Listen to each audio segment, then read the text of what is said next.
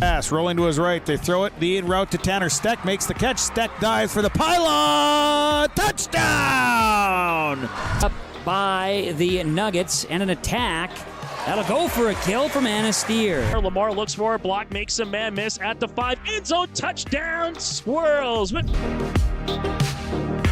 Sets up middle. Jensen for the exclamation point kill. 30, the 20, the 15, the 10, and an 85-yard touchdown run for Landon Olsen. Ulster Telephone Company and R&J Broadcasting Incorporated is proud to present to you this broadcast on yourliveevent.com.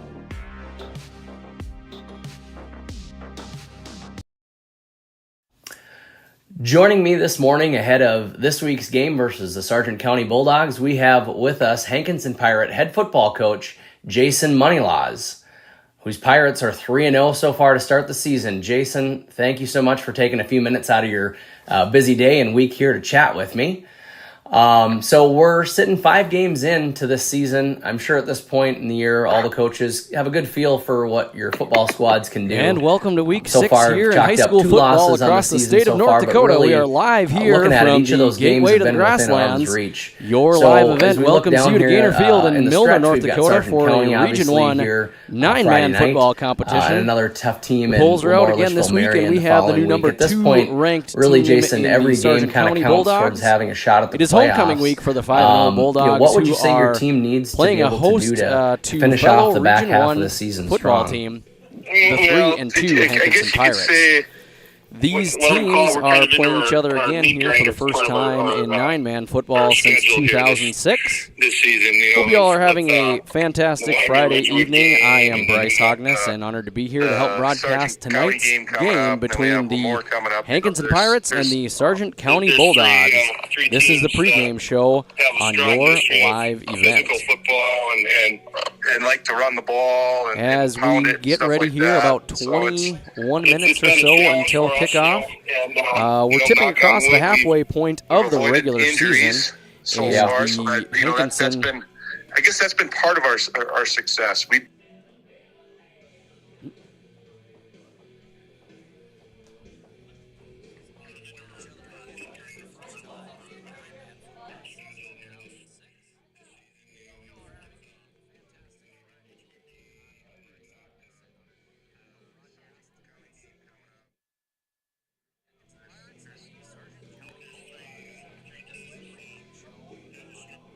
Let's try that again, folks. Sorry, a little technical difficulty there. We are here in week 6 of high school football across the state of North Dakota, live here from the gateway to the Grasslands. Your live event welcomes you to Gaynor Field in Milner, North Dakota for a Region 1 9-man football competition.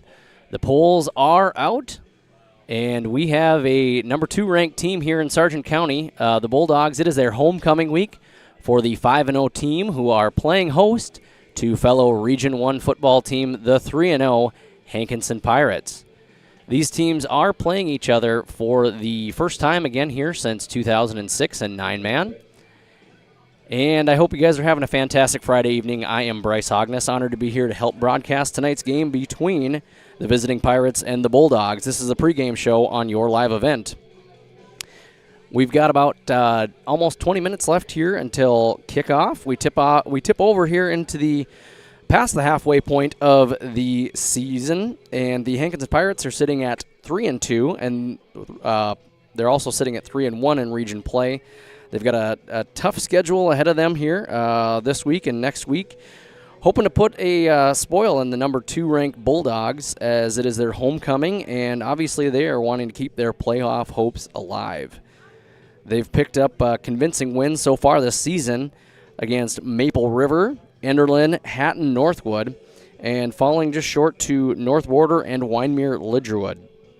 The Pirates have a very run-heavy physical team that will look to lean on that run game to wear down the Bulldogs. Earlier in the week, I was able to catch up with Pirates head football coach Jason Moneylas. He is in his 25th year coaching football and 18th season as head coach for the Pirates. Here's what he had to say this week.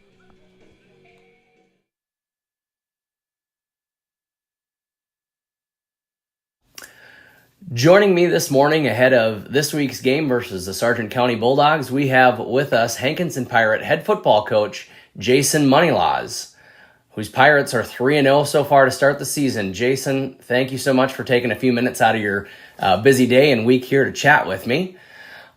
So we're sitting 5 games into this season. I'm sure at this point in the year, all the coaches have a good feel for what your football squads can do. So far, we've chalked up 2 losses on the season so far, but really looking at it, each of those games have been within arm's reach.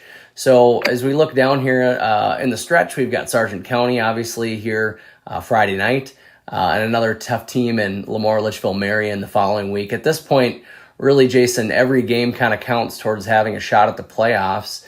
What would you say your team needs to be able to do to finish off the back half of the season strong? Well, I guess you could say what I'd call we're kind of into our meat grinder part of our schedule here this season. Is with the Wyoming Ridgewood game, and then we got the Sargent County game coming up, and then we have Lemoore coming up. There's 3 teams that have a strong history of physical football and like to run the ball and pound it and stuff like that. So it's been a challenge for us, and knock on wood, we've avoided injuries so far. So that that's been, I guess that's been part of our success. We don't have very much depth at all within the team. We can probably go 2 down into our roster. So that's a key for us right now as we go through this slugfest part of the schedule is just go out and play ball. And like I said, hopefully we stay healthy. But, with Sargent County, you look at them on film and they're good. There's no way to beat around the bush. They're the best team I've seen on film in the state so far. And I believe in my mind that they're probably the number 1 team in the state right now. Sure. As far as 9-man football goes, and Eric does a good job with the kids. He's got them playing well, and you look at all the different things he's doing with those kids and the size of the kids and the team speed. If we're going to be successful, we're going to have to, number 1, focus on trying to shut down the run, and then secondly, understand the fact that that they control the ball a ton as well. So it's the keys to that is for us is keen on the run right now.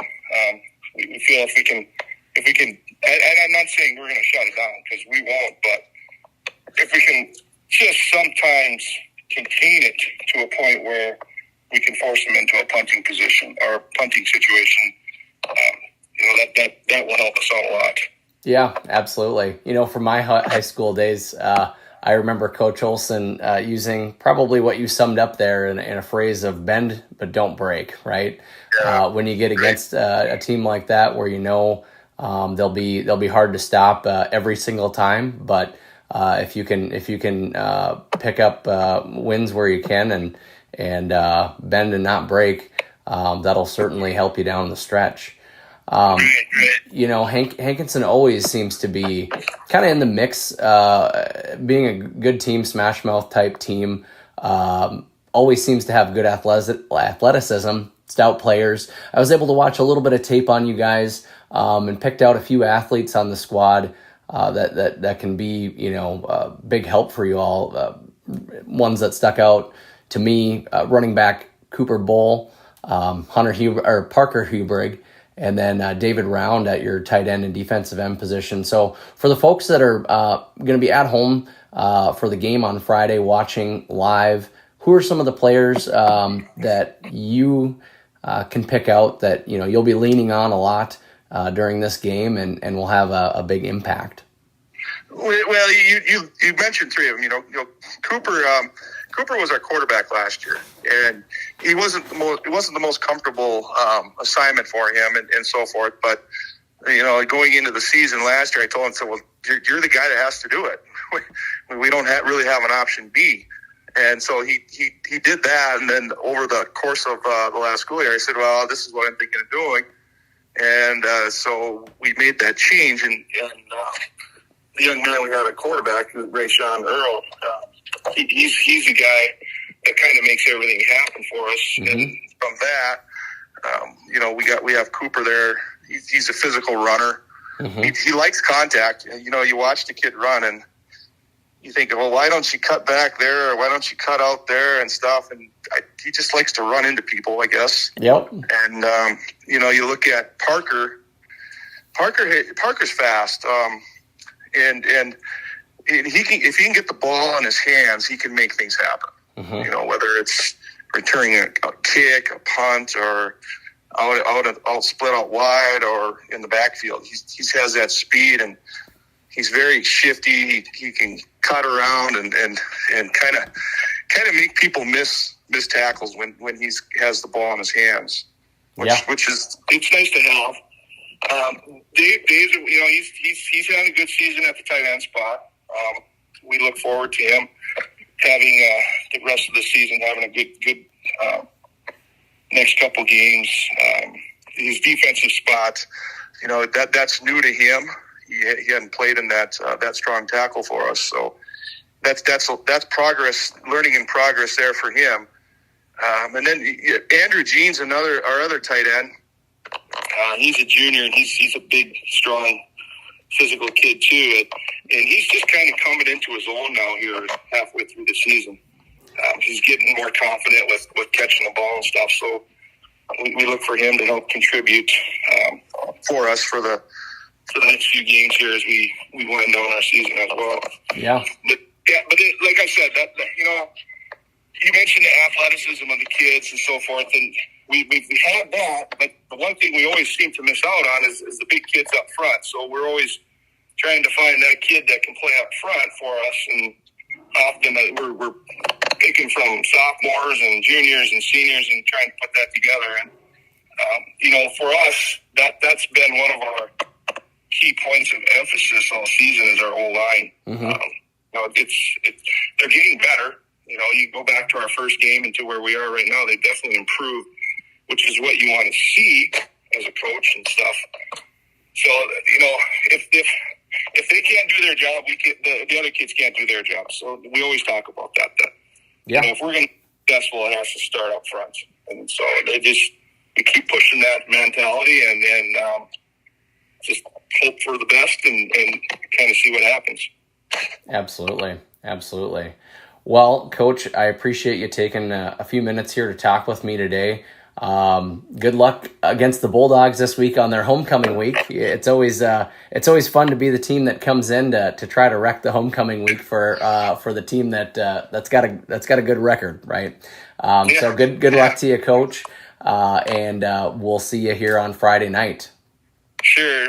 We've got a mountain to climb, and I gave Eric a little bit of grief about scheduling us for homecoming, but it is what it is, and we know we have a heck of a task ahead of us and so forth. But I know one thing: our kids will come out and they're going to play tough, and hopefully they give the Bulldogs 4 quarters. There you go. Very good. Well, that was Hankinson Pirate head football coach Jason Moneylas. We'll be back to you with more pregame show after a word from our sponsors.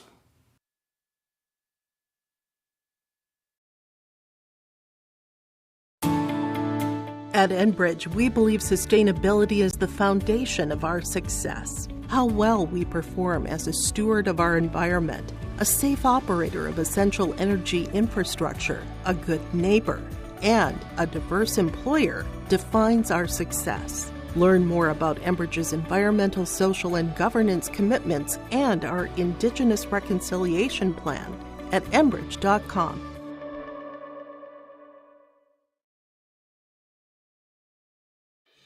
Let's get real. Get ready for a place that's big enough to grow and small enough to care. The University of Minnesota Crookston offers more than 35 majors, minors, and certificates. Earn a University of Minnesota degree, where you can make a difference in a close-knit community. Faculty become friends, and friends feel like family. You don't need a big city, just big dreams. The University of Minnesota Crookston. Real, hands-on, and will get you ready for anything.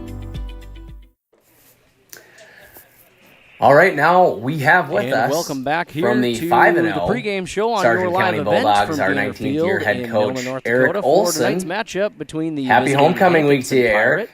Pirates. Yes. Try that again, folks. Welcome back to the pregame show. Little audio issues here.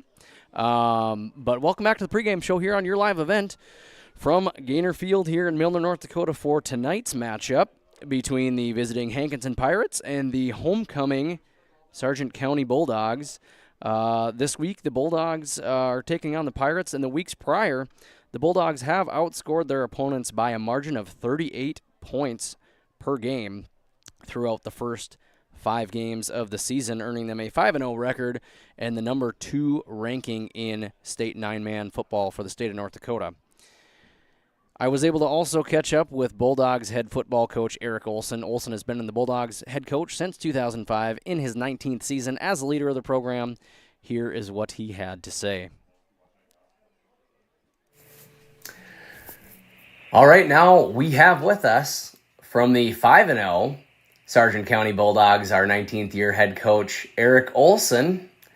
Happy homecoming week to you, Eric. Yes, it is, and all the craziness that comes with homecoming. It'll be exciting to get to 7 p.m. on Friday night, and then we can just focus on football when it comes to that. So yes, thanks, Bryce. Yeah, and I know it's always a crazy week, but here we are. We're coming down to the end of it. It's fun. It's hectic, maybe a little stressful, but for you, outside of that 7 o'clock kickoff on Friday night, what is normally your favorite part of the week like this? When it's done. No, you know what? And I really feel that the kids have gotten better. We stress to them, you know what, have your fun during the day, your dress up, your activities. But when we're at practice throughout the week, come 4 o'clock, let's be ready to work for football. We've stressed that nobody will remember, homecoming if you don't win that homecoming game on Friday night. So, it's something special for the kids. There's a lot of different hoopla throughout the week, the parade, the activities, but just make sure that 4 o'clock and throughout the week and 7 p.m. on Friday night we come focused, ready to play. Absolutely. Well, Coach, you had a real big win last week against our neighbors to the east, right, in the Wyndmere Lidgerwood Warbirds. Very convincing. But, of course, the mentality, I'm sure, has got to be that it's on to the next, right? Another team from Richland County we have in the Hankinson Pirates, I'm sure is just staring you guys down, right? They're a good physical football team that probably is ready to throw some punches towards an undefeated team, looking to wreck a homecoming week for you and obviously for themselves, trying to keep things alive for playoff hopes as they've kind of got a gauntlet here towards the end of the backstretch of the season. So what are some things that you see in this Pirate team that might have you guys, might give you guys a few headaches? You know what, they do a nice job of running the football. They're much like some of the other teams. They're a little short on numbers, but they're not short on talent. First off, Rayshawn Earl at the quarterback position, he can be electric if he's out in the open field. So we have to make sure that we contain him. And then Cooper Bowl running the football. He does a great job. He's just a tremendous athlete. Up front, they've got some experience up front with Oakley Medenwalt and a couple of their tight ends. And Andrew Jean looks like to be a physical player. And David Round on both sides of the football. So, you know what? We stressed to the kids especially after the first week after Lemoore win, that we said, every team is going to come gunning for you now that you kind of set that bar at the beginning of the year. So we have to be ready for every team's knockout punch when we face them, because we got a bullseye on our back, and you know what? So far we've passed all the tests, and hope to continue that here against the Pirates, because I see them as a playoff team out of our region. So we're going to have to play well and limit our mistakes, and be physical on both sides of the ball. And so far we've done that. We can't let up against them. Absolutely. Absolutely. Switching gears a little bit, and we've gotten a good look at your guys' kind of second string team, I guess you would call them. They've gotten a lot of playing time here this year, and that's either a really good thing or a really bad thing, right? Depending on what side you are on the scoreboard. But fortunately for you guys, it's been on the positive side so far. You've been able to see some of these younger kids get in there with some varsity playing experience, and I just want to ask you what players have kind of surprised you a bit in that fourth quarter playing, that they may have earned themselves a little bit of space to get out there and get on the field a little bit more during these games when there's a little bit more on the line and when your starters need a breather. You know what? I thought last week against the Warbirds, our depth really did show. We had the starters playing all four quarters because we hadn't done that really yet throughout the years. We kind of kept them in.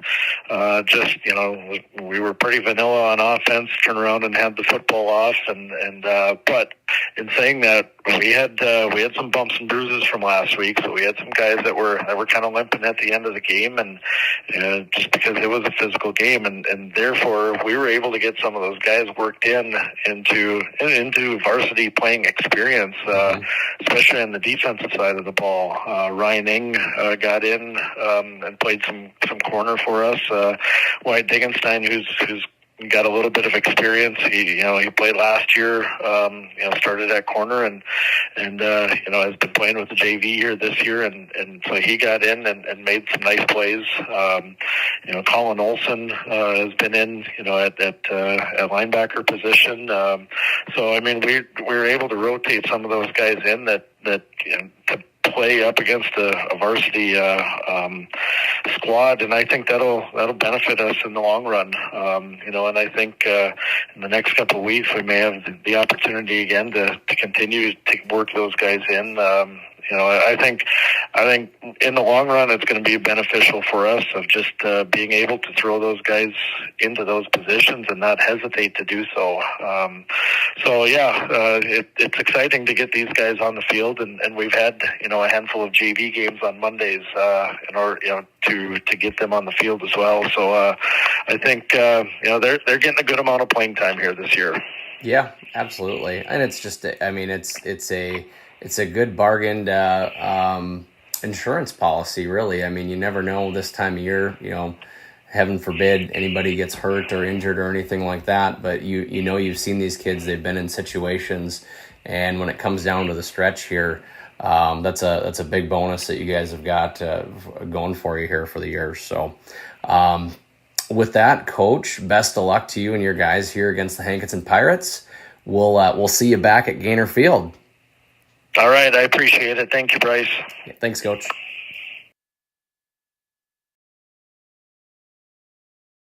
Honesty, loyalty, integrity. At Bank North, we've remained true to these values for generations. They shape the way we do business, work with customers, and support our communities. We've been here for more than a century, helping people grow farms and businesses, finance homes, and pursue their dreams. It's values-based banking, and it's all about working together to strengthen the common threads that bind us together. Bank North, always true. The Milner Public School District has a long history of academic, artistic, and athletic achievement and is proud of the programs and education environment offered. A fully accredited educational system, Milner Public School District operates 2 separate school buildings, including Sundale Colony School. Over 85%, that's right, 85% of the graduates of Milner High School attend some form of post-secondary educational institution. You can find more information on the Milner Public School District online at milner.k12.nd.us. Milner Grain understands that agriculture is your livelihood, and we're committed to providing you with the highest quality of services to meet your farming needs. Milner Grain has a passion for our community and the farmers we serve. Milner Grain is locally owned and operated, plus has extended harvest hours. When you're looking for a partner in the field, look to Milner Grain. Call 701-427-5284 or check out Milner Grain's app with current up-to-date prices. Milner Grain is here to help you and your farm grow. Pass, rolling to his All right, welcome back here to Gaynor Field in Milner, North Dakota. Another beautiful September evening as we prepare for the Pirates taking on the Bulldogs. Just a few hours ago, we hit a high temperature of about 73 degrees here in Milner. Temperatures have dropped just slightly, down to about 69 degrees ahead of kickoff. Been mostly overcast type of day, but the field conditions are great for this matchup. No rain predicted during the game, but potentially later on. Wind coming from about 7 miles an hour from the east-southeast, and we should expect sunset around 7:27 p.m. We'll be back here with the starting lineups in just a minute. A game without a crowd is just a scrimmage. A performance without an audience is just a rehearsal.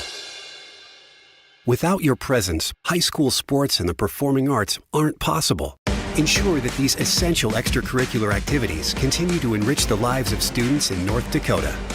Purchase a ticket to your local high school's game or performance. This message presented by the NDHSAA and the North Dakota Interscholastic Athletic Administrators Association.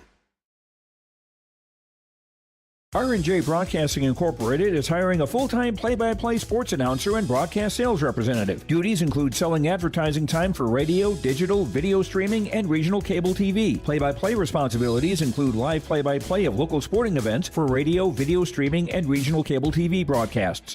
Wage plus talent and commission pay structure with full-time benefits package offered. For more information or to apply, email apply@rjbroadcasting.com. That's apply@rjbroadcasting.com. This is Chris Brecken from RDK Enterprises, your local precision planting dealer. I want to take this opportunity to say thank you to our growers. Your trust and fellowship is the driving force behind our dedication to your successful farming operation. We continue to invest in the education of our team to ensure your customer experience is outstanding. Thank you for the opportunity to be your planter experts. Stop by either of our locations in Hillsboro or Drayton, North Dakota, or visit planterdoc.com.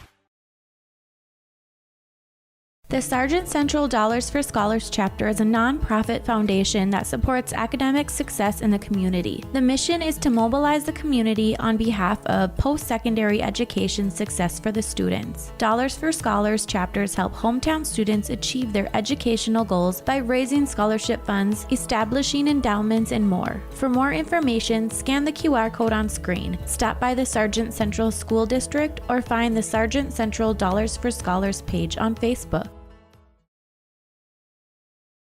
Wallach Johnson Insurance is your friendly neighborhood team of qualified insurance professionals celebrating over 40 years of service. As an experienced independent insurance agency, they have access to highly rated insurance companies and can shop around to find you an affordable solution for farm, crop, business, home, and auto insurance. Visit them at one of their locations in Lisbon, Winter, or Rutland and get a free quote started today.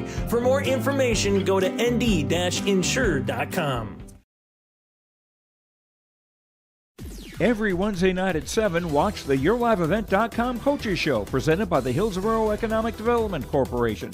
Stay up to date with the latest goings-on in the region, as we'll hear from area coaches in North Dakota and Minnesota. Plus, we'll highlight area high school seniors on their achievements in the classroom and on the court with our Senior Spotlight. That's the YourLiveEvent.com Coaches Show presented by the Hillsboro Economic Development Corporation, Wednesday nights at 7 on YourLiveEvent.com. In Hope, North Dakota, we aren't just a town, we're a community, one that you can be proud of, where you and your family can grow. With available jobs, affordable housing, a golf course and pool, the Sportsman Club, and great educational opportunities. There hasn't been a better time to join the Hope community, ideally located between Fargo, Grand Forks, and Jamestown. For more information, go to www.hopend.com. Live, work, and play in Hope, North Dakota. All right, back here live at Gaynor Field for tonight's matchup between the 5-0 Bulldogs and the 3-2 Hankinson Pirates. Starting lineups for these teams. We will start off with the offensive squad for the home team. It looks like they are set to receive the ball on the offensive side here for the Sargent County Bulldogs wearing number 52, a senior, Grady Wielander at left guard. At center, another senior, number 70, Isaac Harris. At right guard, a junior wearing number 56, Marcus Matthias. Tight end, who's also a senior, wearing number 80, Josh Wittich. On the other tight end spot, wearing number 10, Luke Martinson, who is also a senior. Nick Hansen, senior, number 1 at the wide receiver spot. Colton Cadoon, wearing number 25, a senior at running back. James Trainer, running back, wearing number 2, who is a junior. And Michael Hoisted, another junior at quarterback.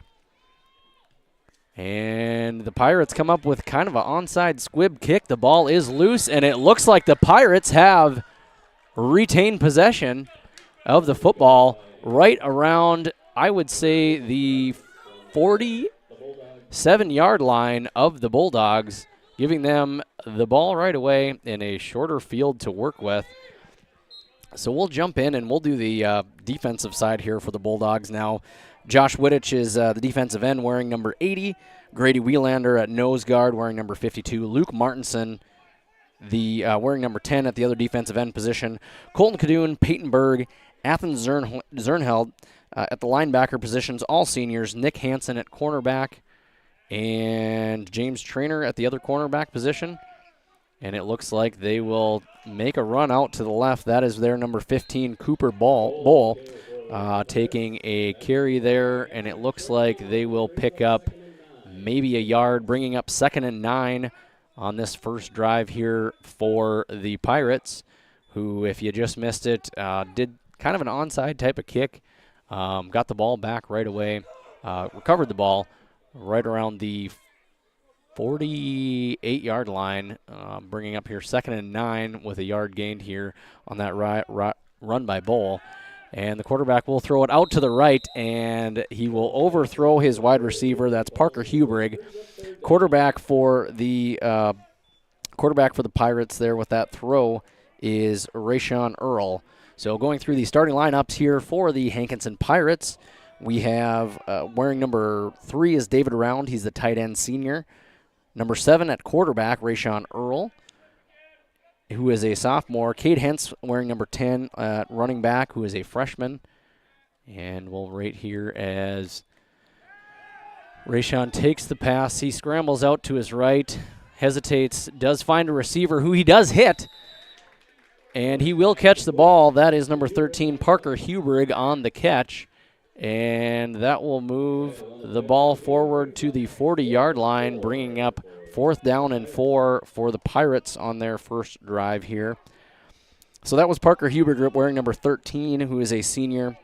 Number 15, Cooper Bull, who is also a senior. Oakley Maidenwald wearing number 22. He is on the offensive line as Rayshawn takes the ball, and it looks like he found a receiver. That is number 15, Cooper Bull, catching that ball, advancing for a first down for the Pirates as we are here in the first quarter. We're not on the pregame yet. I'll get that fixed here in just a second. We had a little scoreboard issues here, both on the field and online. And the Pirates will line up with guys split out all over the place. A slot receiver to the right, wide right, and 3 receivers to the left as they pass the ball off for a short gain. Colton Cadoon on the tackle. That was Cade Hentz on the catch, the freshman wearing number 10, and they will pick up about 2 yards on the play. A short loss of 2 yards on the play, bringing up 2nd and 12 for the Pirates. Also on the offensive line, wearing number 44 for the Pirates, Cale Benson. Andrew Jean, who's the tight end junior, wearing number 87 there. You will see on the he's actually split way out to the left here as the Pirates spread everybody out again. They got 3 receivers to the left, 1 to the right. And Bulldogs showing a potential rush as he scrambles. And we've got an interception! That is James Trainer, who picked the ball off, and he is going to the house at the 20, the 10, the 5. That is a touchdown for the Sargent County Bulldogs, who just wrecked Hankinson Pirates' chance here to get on the board first, as I'm sure Coach Moneylas was hoping to strike quick here right away on this Bulldog team. And Trainer with a beautiful read on the play returns that ball in for a touchdown for the Bulldogs. And it looks like they will set up for the extra point. Bjarne Benson on the that's going to kick the extra point here. He is the foreign exchange student from Germany. And that is up, and it is good, bringing the score to 7-0 for the Sargent County Bulldogs up on top of the Hankinson Pirates. We will be back in a minute. If you want help from a firm that has integrity and respect, strives for excellence, and is interested in the betterment of the community, look no farther than Onstead Twitchell Attorneys. Our team of attorneys has dedicated and talented professionals who are committed to improving the lives of their clients and providing custom legal solutions with integrity and excellence. We have offices in West Fargo, Hillsborough, Maddox, Page, and Castleton. Or visit our website, www.onsteadlaw.com. The Milner Public School District has a long history of academic, artistic, and athletic achievement and is proud of the programs and education environment offered. A fully accredited educational system, Milner Public School District operates 2 separate school buildings, including Sundale Colony School. Over 85%, that's right, 85% of the graduates of Milner High School attend some form of post-secondary educational institution. You can find more information on the Milner Public School District online at And back here at Gaynor Field as the Bulldogs kick back off to the Pirates. And we've got a flag here on the near side of the field as the Pirates bring the ball to about the 32-yard line. And we will see the indication on the play came from the far side of the field. We've got 9 minutes and 9 seconds remaining here in the first quarter. The score is 7-0. And that did not update for me. Let's try that. Try that again. Holding on Hankinson will push them back 10 yards. It'll be 1st and 10 from their own 22.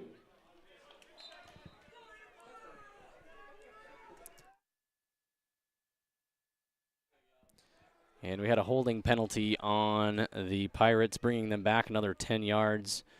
Starting their drive on the 22-yard line. With a long field to go here, with 9 minutes and 9 seconds left. Once again, that score is 7-0, Sargent County over Hankinson at the moment.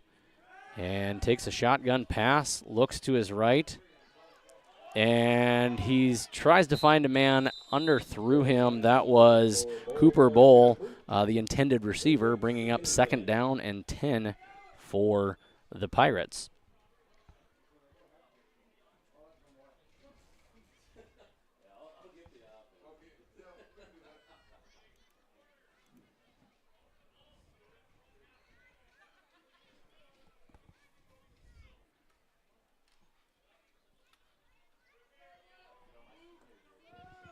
As the Pirates line up again here, they've got 3 receivers off to the right and 1 in the backfield.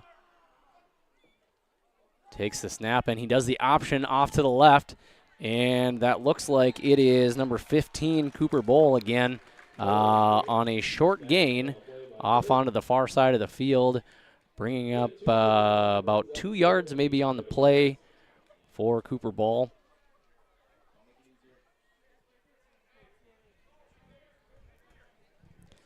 And Rayshawn Earl takes the play call in from Coach Moneylas. As we've got a 3rd down and 8 yards to go for the second possession here for the Pirates.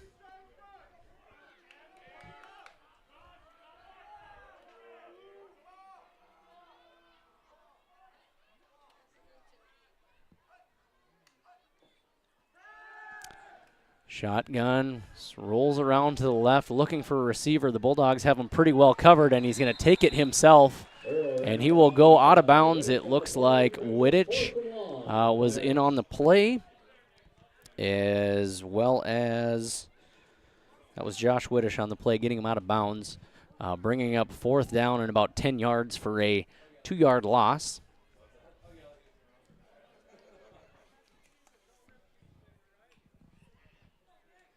And John Kotke, the senior, checks into the game here.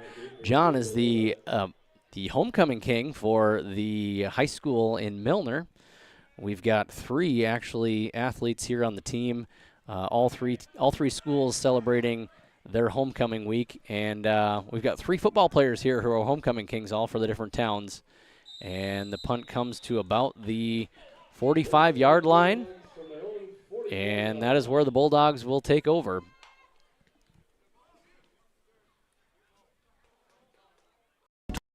.nd.us. I'm Darian Bitts. I'm confident on and off the field.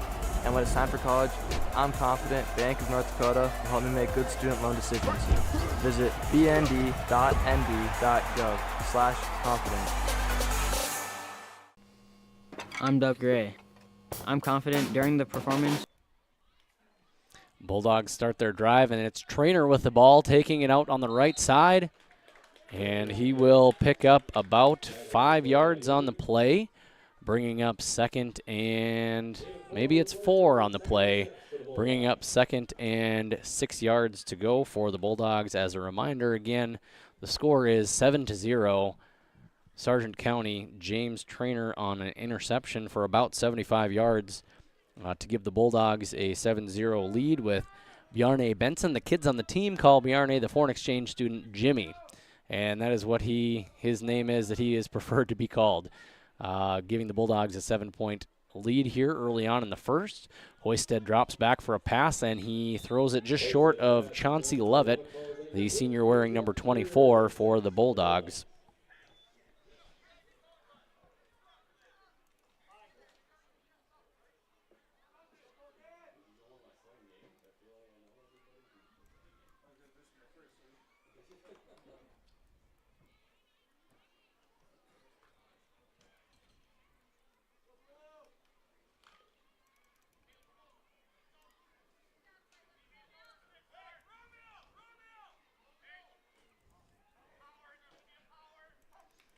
Bulldogs line, they pitch it off to the left to Trainer, and he dances around a few people, and he makes a couple more miss. He's at the 35-yard line, and one guy to beat there takes him out.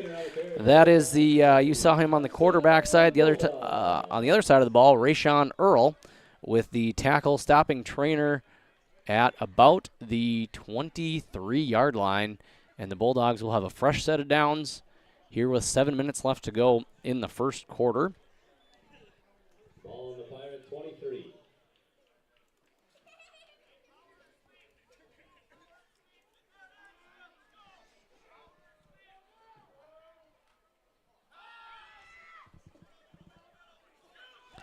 And Hoisted scrambles around, able to salvage the play there a little bit.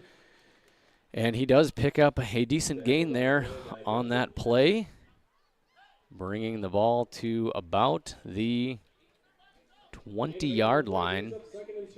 2nd and 2 for the Sargent County Bulldogs on their their second possession, I should say. First possession on offense.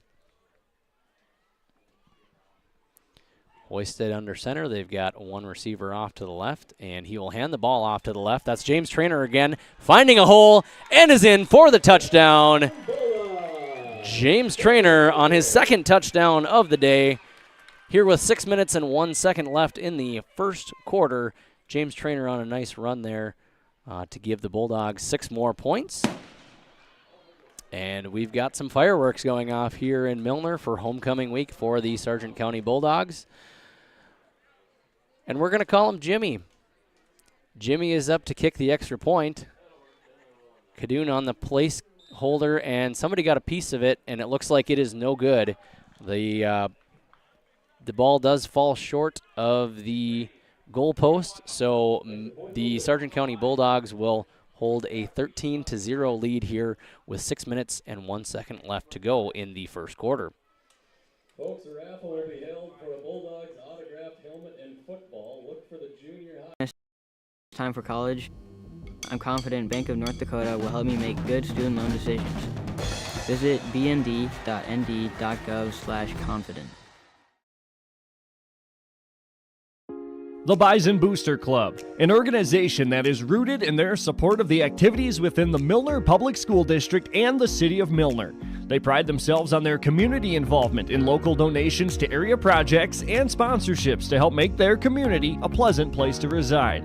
If you have any questions or are interested in becoming a Booster Club member, you can check out the Bison Booster Club on Facebook or talk with any of the existing members. The Bison Booster Club, helping make their community a better place to live. At Enbridge. Back here at Gaynor Field as the Bulldogs kick it off. And he's got room on the left side. A couple people to miss, and they cannot bring him down as he spins around to about the 48-yard line of the Bulldogs side. And that was a nice run. I believe that was number 13, Parker Hubrig. And the Pirates will start the ball at the 48-yard line. And it's been a good advantage for them so far, having a short field on their drive so far. And they'll just, at least the first drive and this drive, the drive in the middle, they had a little ways to go. But they have spread out their offense. They actually have 4 guys here out on the right side, 1 on the left side. Just 3 linemen, and we do have a flag here on the near side of the field as the officials will call a offsides on the offense, so they will start off with a long first down here on this drive, 1st and 15, backing that ball up to the 47-yard line of the Pirates. Once again, they're in the same formation with 4 receivers split out to the right, 1 to the left, as he takes the snap and gives kind of a bubble screen over to number 15, Cooper Bowl, and Colton Cadoon on the stop as the Bulldogs read that very well. 2nd and about, what do we got here? About 17, 18 yards. With a loss on the play. Backs up the Pirates to the 44-yard line.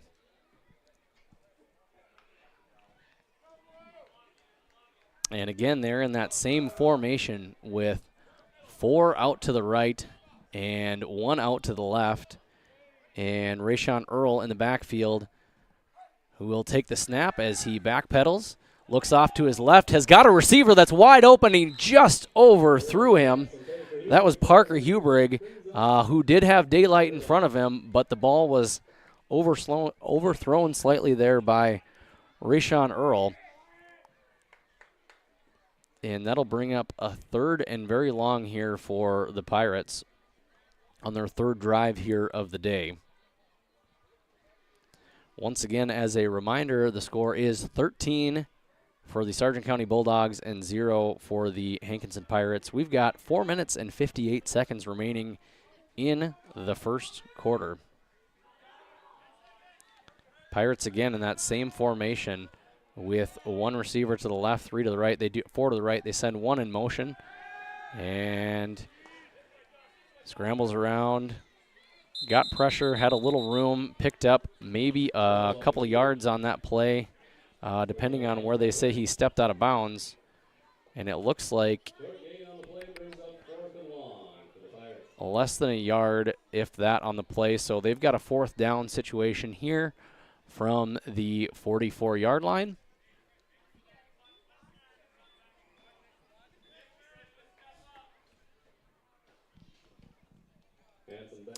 And we've got Nick Hansen back deep to receive the punt. And they're sending a man in motion. We could see something happening here, and it looks like it was set up as some sort of option, and the Bulldogs read it well, as the Bulldogs will get the ball back right at around the 41-yard line with another short field to go.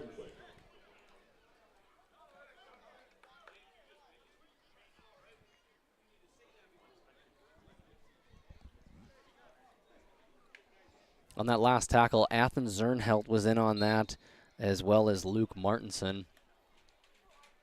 We're reading out that sort of, it looked like it was almost a fake punt option, where they'll hand the ball. It's a nice part when you maybe got a quarterback or a guy that can throw the ball and punt the ball. Gives you some options here as Hoisted takes the snap, looks to his left, and he does hit Luke Martinson, and he is not able to hang on to the football, bringing up 2nd down and 10 for the Bulldogs.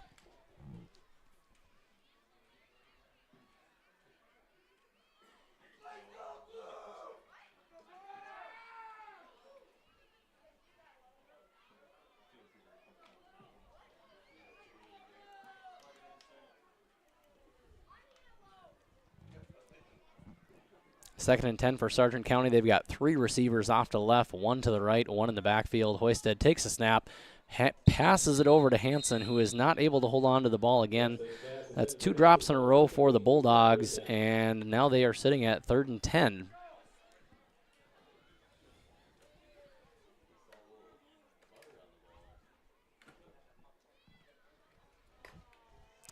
As Hoisted takes the play call in here from Olson.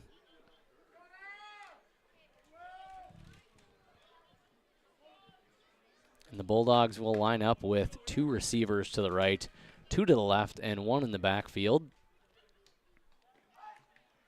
And it looks like they tried to draw the Pirates off sides, but that may have backfired on them as the Bulldogs moved a little early there, bringing up, that'll move the ball back another 5 yards, and will make it 3rd and 15 for Sargent County.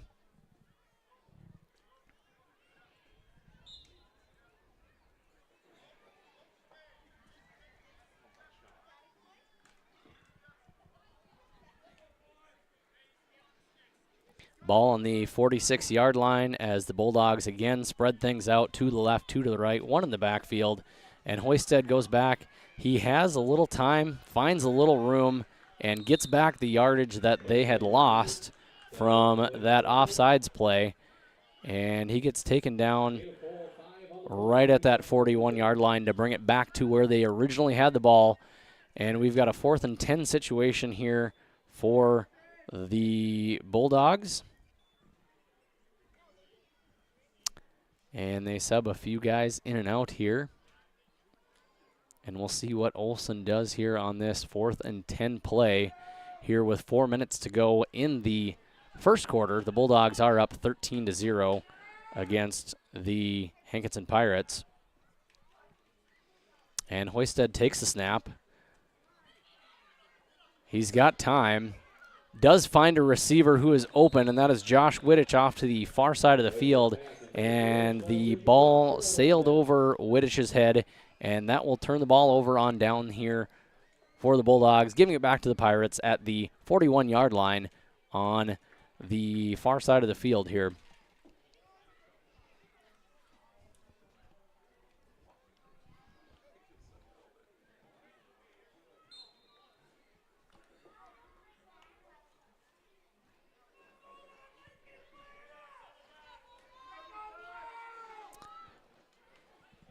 As the Pirates have taken over here after 4 downs from the Bulldogs, they take the snap, hand the ball off right up the middle left side, and that is going to be good for, that was Cade Hentz on the play, wearing number 10, and he picks up about 7 yards, making it 2nd and about 3 for the Pirates.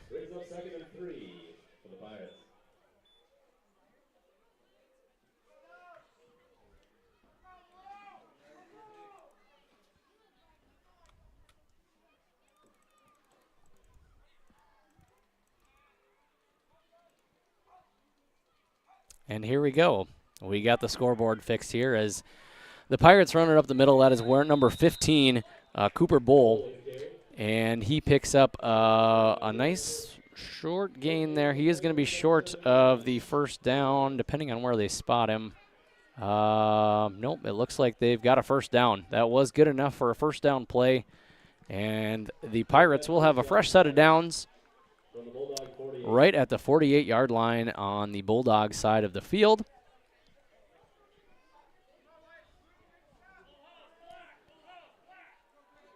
And they've got 2 tight ends in this time, 3 receivers in the backfield, and 3 running backs in the backfield, and the quarterback as they hand the ball off to Bull again.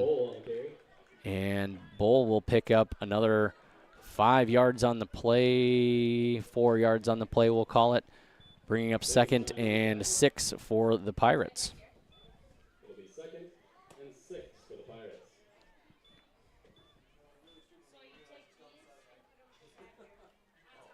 As I was mentioning here, homecoming week for the Bulldogs.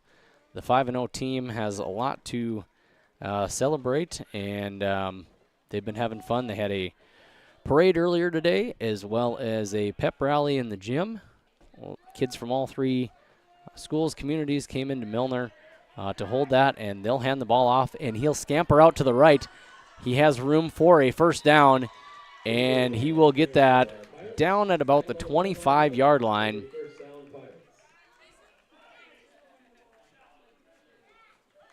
That was running back number 13, Parker Hubrig, on the nice gain, bringing a 1st and 10, and they are looking to put some points on the board here, try to slow down this Bulldog team, something that some coach Moneylas had talked about.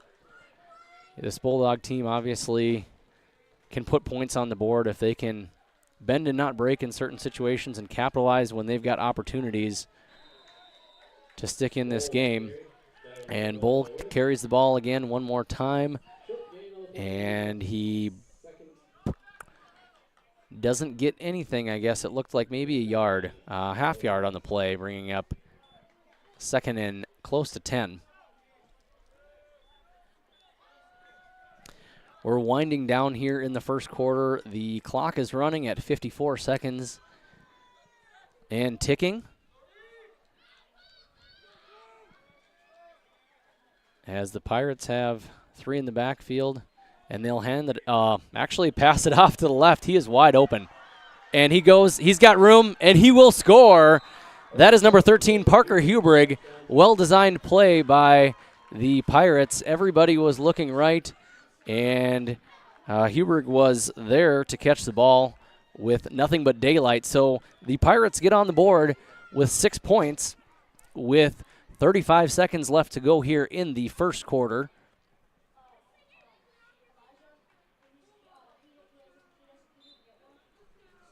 And they will set up for the extra point.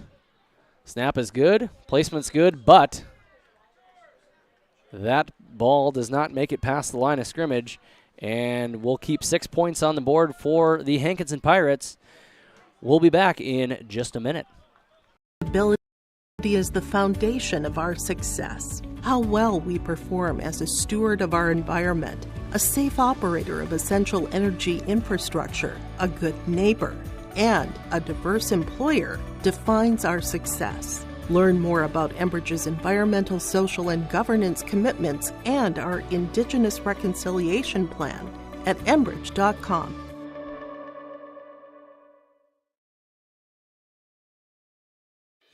Let's get real. Get ready for a place that's big enough to grow and small enough to care. The University of Minnesota Crookston offers more than 35 majors, minors, and certificates. Earn a University of Minnesota degree, where you can make a difference in a close-knit community. Faculty become friends, and friends feel like family. You don't need a big city, just big dreams. The University of Minnesota Crookston. Real, hands-on, and will get you ready for anything. Honesty. Back here at Gaynor Field, score is 13 for the Sargent County Bulldogs and 6 points for the Pirates, as they just scored on a pass play to Hubrig and a short kick, and it's fielded at about the 35-yard line, and they'll only get to about the 38-yard line. That was Peyton Berg on the kickoff return. And the Bulldogs will take over again. Check that 38-yard line.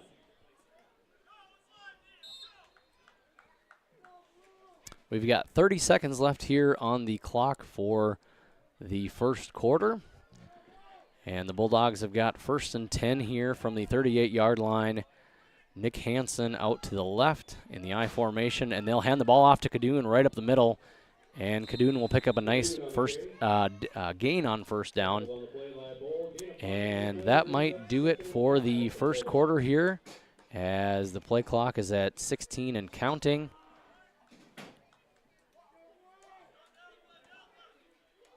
And it looks like they'll wait this one out.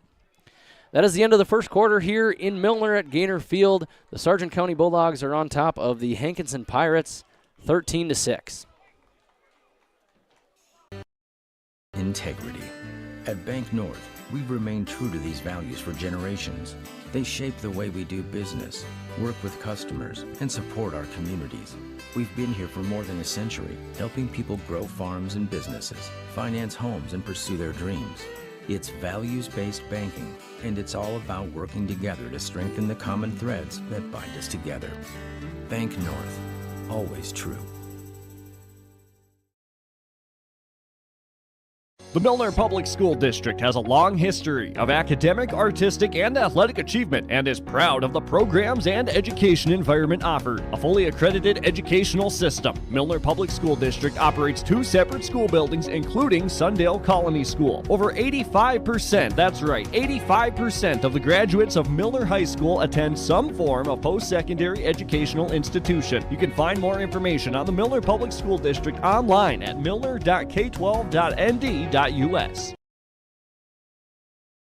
Milner Grain understands that agriculture is your livelihood, and we're committed to providing you with the highest quality of services to meet your farming needs.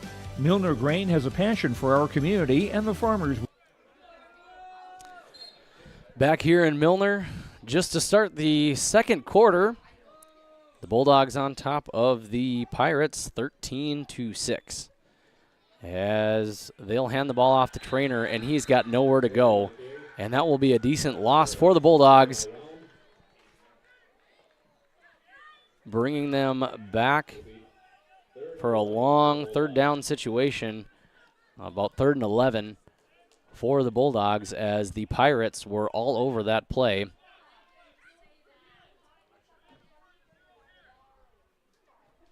Sun is officially set here in Milner. Beautiful evening for some 9-man football in North Dakota. And the Bulldogs are going to set up with Trainer out to the right, 2 receivers to the left, and Kadoon in the backfield as they send Hanson in motion, and he'll get the pitch. And Hanson almost makes a man miss there, is able to get them back in a decent position, but it is 4th down and about 4 yards to go. And we'll see what the Bulldogs do here.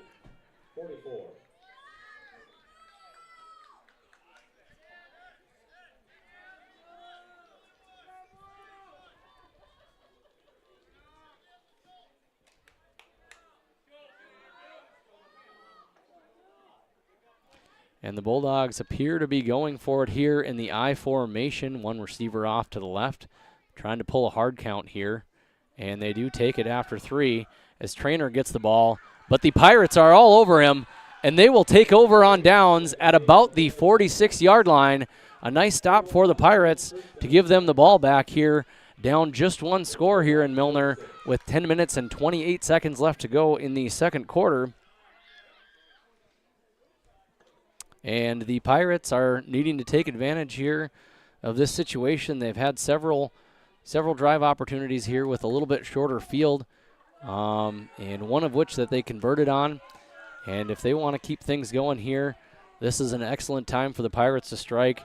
They're lining up with a receiver off to the left, a slot receiver off to the left as well. 2 men in the backfield. They send Huberg in motion to the right, and the ball is handed off up the middle, and that is number 15, Bull, on the play.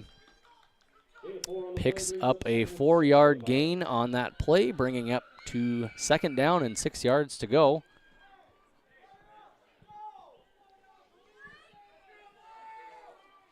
And the Pirates are showing their physicality here as they've been able to make a few stops here for the Bulldogs and press forward, chip away at yards.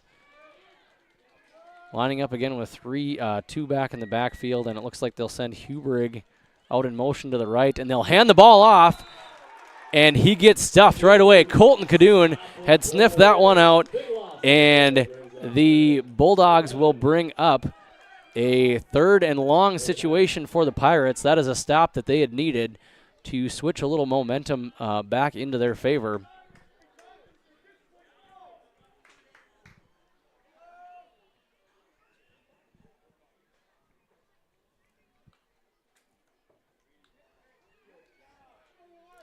Colton Kaboom, I think is what they call him, on the nice stop there, giving a loss of yardage on the play. 3rd and about 12 yards to go. The Pirates have got 3 guys out to the right as Rayshon takes the option and he pitches it off to the left. And they're able to pick up a few yards, but it is not going to be enough for a first down. That again was Cooper Bowl.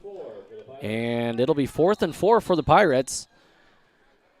And we'll see if they can convert it. Looks like we do have a timeout here on the field by the Pirates. The Pirates are calling the first timeout of the game. And we've got a Bank North timeout for y'all. Bank North. At Bank North, they take community to heart, helping their customers achieve their financial goals while supporting and improving the great rural communities that they serve. They're more than just a bank. Bank North is a community partner that you can always count on. It's values-based banking. To learn more, visit ibanknorth.com. Member FDIC, equal housing lender.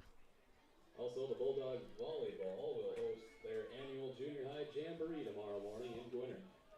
8 minutes and 57 seconds left to go here in the first half of play in Milner, as the Sargent County Bulldogs have a 13-6 lead. And the Pirates are coming back onto the field. Coach Moneylas coming up with a game plan here on how to convert on 4th and 4 with the ball right around the 39-yard line. They line up. Huberg to the left. He motions to the right. And they take the shotgun snap. The ball is handed off to Bull.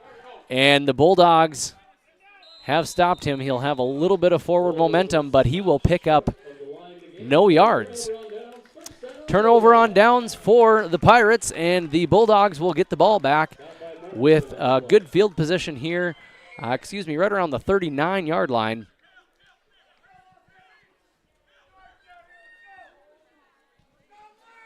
And Olsen checks the play into Michael Hoisted, the junior quarterback for the Bulldogs. And the Bulldogs looking like they'll line up in an I formation with 2 tight ends. Nick Hansen off to the right, Kadun and Trainer in the backfield, and they hand the ball off to Trainer up the middle. He's got room, and he makes a few guys miss, and he is hit hard. And that is number 15 there on the defense, Cooper Bowl, with a saving hit there. Hard hit on Trainer, and but they pick up a first down, and they'll place the ball at the 45-yard line of the Pirates. Clock running at 8:38 left to go here in the first half. 1st and 10 from the Pirate 45. And Bulldogs in I formation again. Nick Hansen off to the left. And Hoisted's going to bring the ball back to pass. And it looks like he's got Whittish on the outside. That'll be enough for a first down before he's pushed out of bounds at around the 31-yard line. Another first down for the Bulldogs with a nice pass and catch there from Hoisted to Whittich.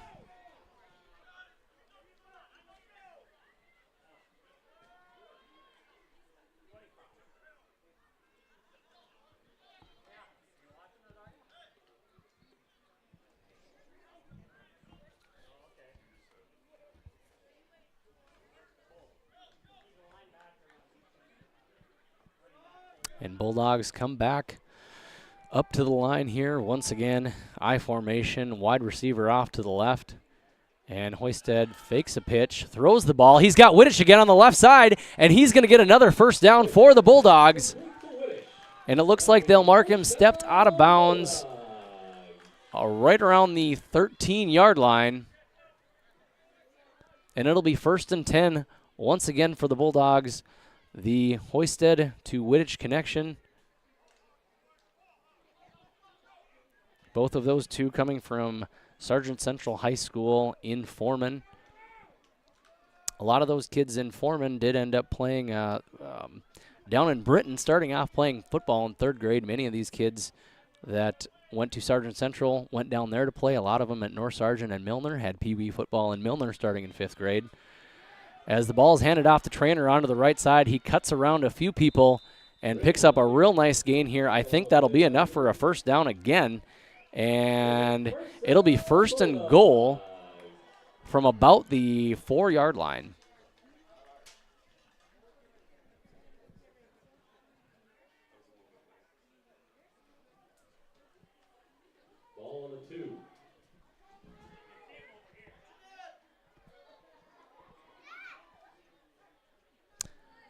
And they'll hand the ball off to Kadoon, who powers in for the touchdown. That is Kaboom Kadoon, taking 6 points in for the Bulldogs, and they will increase their score here to 19-6.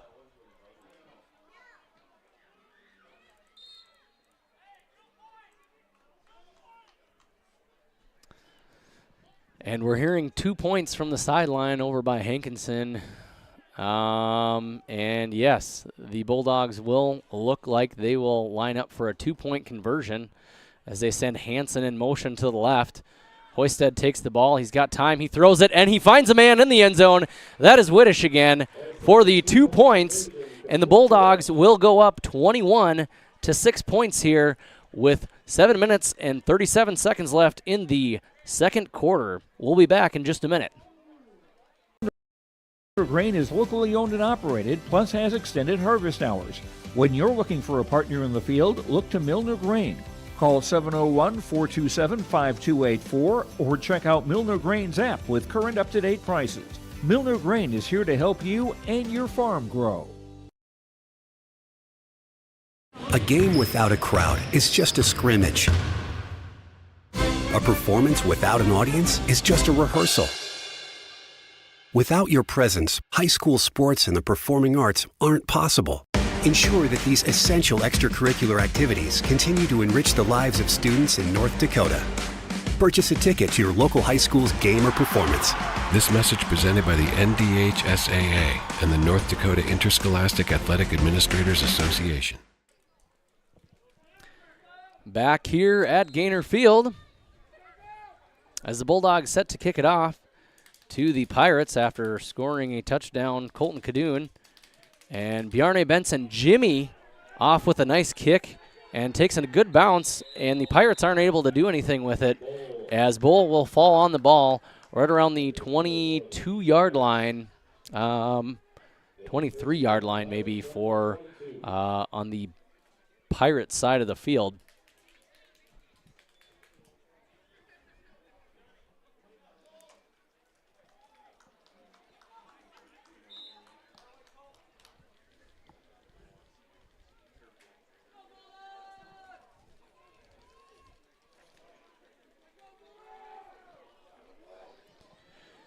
And the Pirates will come in more of a tighter formation with 2 tight ends and 3 guys in the backfield as well as their quarterback, Rayshon. And he will spin the ball off to the right, and that will be a live ball. So the ball was passed behind the intended receiver, and that means that that's a live ball. Fortunately, the Pirates were able to fall back on top of that. But that is going to be a huge loss on the play. Backing the ball where they started around the 22, 23-yard line, they are back around the 10, 11-yard line at the moment. So they've got a long ways to go here on second down with just under 7 minutes to go here in the first half. And the Pirates will spread everybody out again with only 3 guys on the line, 3 out to the left and 2 out to the right. And he'll take the snap and hail the ball down the field. And that was a beautiful play by Berg to deflect that ball. The wide receiver was open, but he was able to get turned around and get a hand in front of that as Peyton Berg from Havana, North Dakota, Sargent Central High School, a part of the Sargent County Bulldog football team, comes up with a big play to keep the ball back deep into their territory. We've got a third down and about 21 yards to go for the Pirates.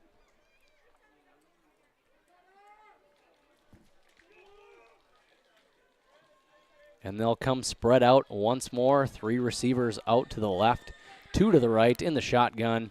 Takes the snap, and he does fling the ball off just a little long for Bull.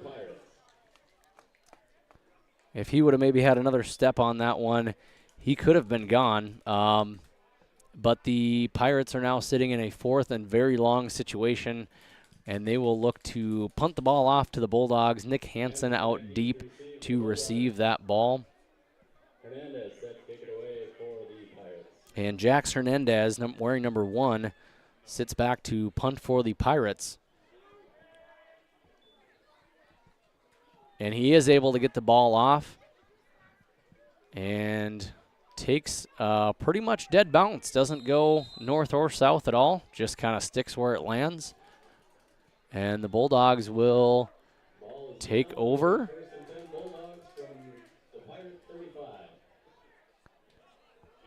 It looks like they'll be at about the 35-yard line. Another short field here for Sargent County. After picking up a score on their last possession, Colton Cadoon with a couple-yard run, and the 2-point conversion was converted. Wittich with the catch from Hoisted. And the Bulldogs will spread out a little bit. They've got 2 men out to the left, 1 to the right.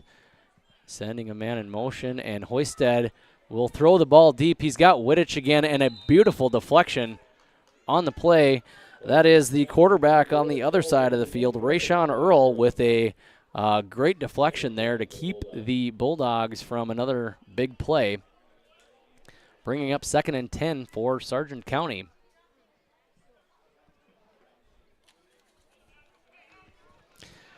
As we're sitting here in Week 6, the football polls have been out. New Salem Almont has got a 5-0 record. They're ranked number 1. Sargent County here, the team playing home today in the Navy, is ranked 2nd. South Border coming in at number 3. New Rockford Cheyenne at number 4. And West Hope Newburgh Glenburn with another 5-0 record in 5th place. As Hoisted takes a snap, and he's got time, and he does hit Hansen's hands at the top. Can't quite hold on to it. That'll bring up 3rd and 10 for the Bulldogs.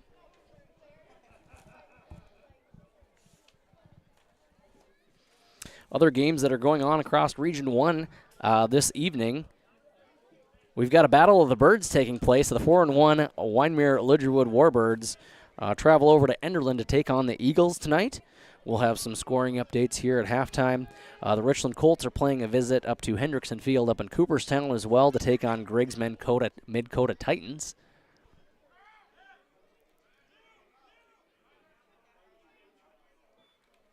Low snap there, and that is a direct snap to Martinson. And he is able to stay on his feet for a few extra yards there, but it may look like he's got a little holding his arm there on the play as he jogs off to the sideline.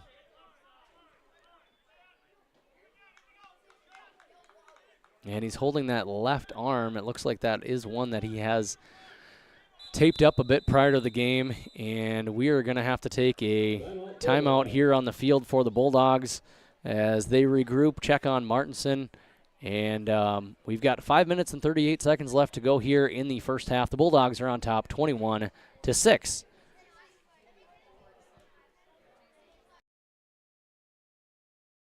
R&J Broadcasting Incorporated is hiring a full-time play-by-play sports announcer and broadcast sales representative. Duties include selling advertising time for radio, digital, video streaming, and regional cable TV. Play-by-play responsibilities include live play-by-play of local sporting events for radio, video streaming, and regional cable TV broadcasts. Wage plus talent and commission pay structure with full-time benefits package offered. For more information or to apply, email apply@rjbroadcasting.com. That's apply@rjbroadcasting.com.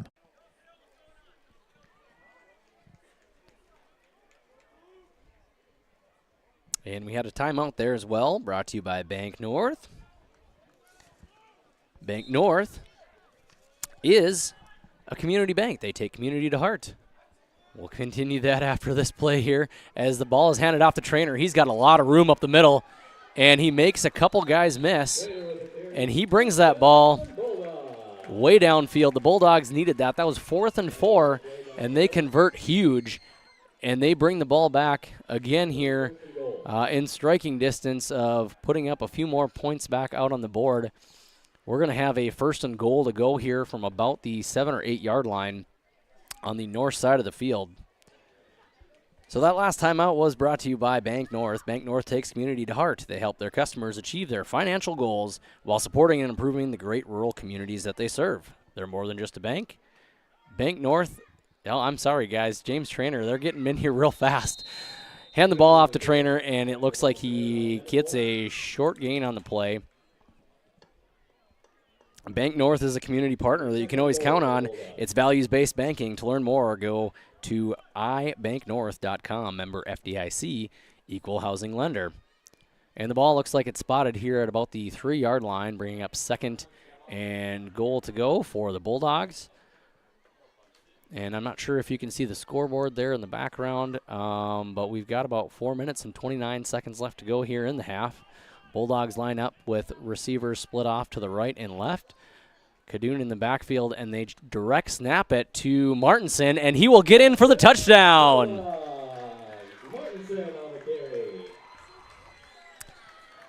They've been using Martinson a lot in that regard here this year, lining up with a direct snap as the fireworks go off here again in Milner.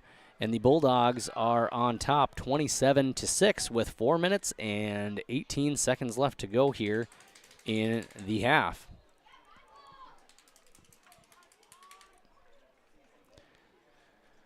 And the Bulldogs look like they will attempt the extra point as Kadoon is set to hold. And Jimmy, oh, and they fake it. And that play is broken up. Kadoon is hit pretty hard on the play, and the ball does not get much past him. And the 2-point attempt is no good for the Bulldogs. We'll be back here in just a minute.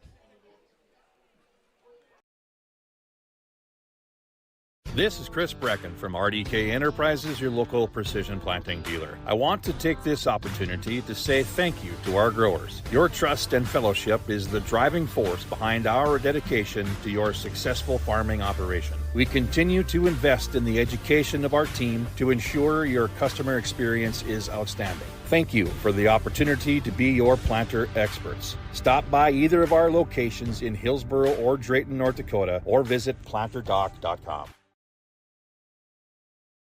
The Sargent Central Dollars for Scholars chapter is a nonprofit foundation that supports academic success in the community. The mission is to mobilize the community on behalf of post-secondary education success for the students. Dollars for Scholars chapters help hometown students achieve. Back here at Gaynor Field, the Bulldogs are up 27-6 versus the Pirates. 4 minutes and 18 seconds left to go here in the first half, as Bjarne Benson, a.k.a. Jimmy, sets to kick the ball off. He prefers to be called Jimmy. And the Pirates will take the ball. That's Hubrig. And picks up a nominal gain on the play. And the Pirates will take over here. Just over 4 minutes left to go in the half at about the 24-yard line.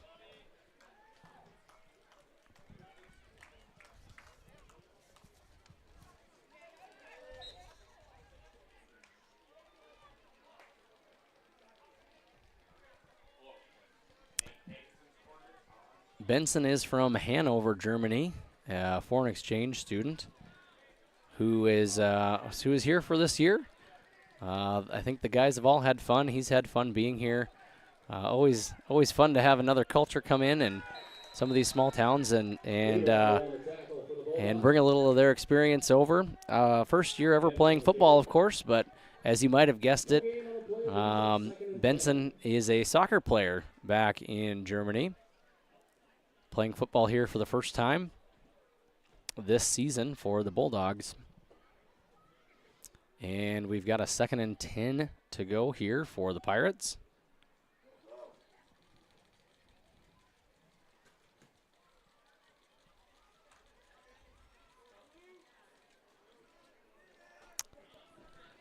As they'll line up with just one receiver off to the right in an I formation this time. Hands the ball off up the middle, and he is stuffed for virtually no gain, if not maybe a loss on the play. That brings up 3rd and 10.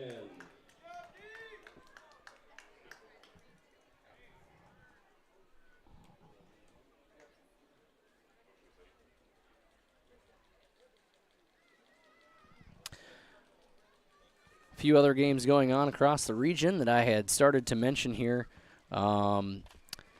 We've got Hatton Northwood that will be visited by Maple River going on right now. And then a game to keep an eye on here in Region 1. The Lemoore-Litchfield Marion Lobos are playing host to the North Prairie team. Both teams 4-1.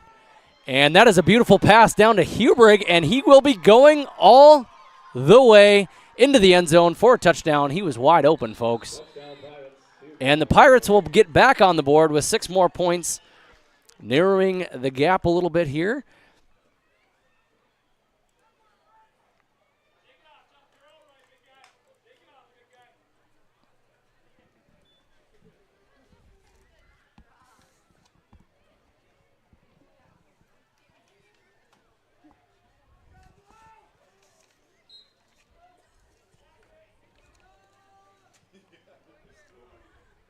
Parker Hubrigg on the catch. Huge touchdown for the Pirates as they try to get some more points here on the board before the half, and they will go for 2. As he takes the snap, throws it up the middle, and he does catch it. That is number, oh, I can't even see. It's a little dark over there. I think that's number 22 for the, that's Oakley Maidenwald on the catch, and he made a really nice jumping catch there. I thought that ball had sailed over everybody, but he came out of nowhere and brought that ball in. And all of a sudden, the Pirates have 14 points on the board. It's 27-14. Sargent County over Hankinson here with 2 minutes and 34 seconds left to go in the half. We'll be back in a minute. Goals by raising scholarship funds, establishing endowments, and more. For more information, scan the QR code on screen, stop by the Sargent Central School District, or find the Sargent Central Dollars for Scholars page on Facebook. Wallach Johnson Insurance is your friendly neighborhood team of qualified insurance professionals celebrating over 40 years of service. As an experienced independent insurance agency, they have access to highly rated insurance companies and can shop around to find you an affordable solution for farm, crop, business, home, and auto insurance. Visit them at one of their locations in Lisbon, Winter, or Rutland and get a free quote started today. For more information, go to nd-insure.com. Every Wednesday night at 7, watch the YourLiveEvent.com Coaches Show presented by the Hillsborough Economic Development Corporation. Stay up to date with the latest goings-on in the region, as we'll hear from area coaches in North Dakota and Minnesota. Back here at Gaynor Field is Hubrigg with a huge catch coming from their quarterback, Rayshawn Earl, as they kick off the ball to the Bulldogs. And the Bulldogs, it looks like Peyton Berg will take the ball to about the 42-yard line.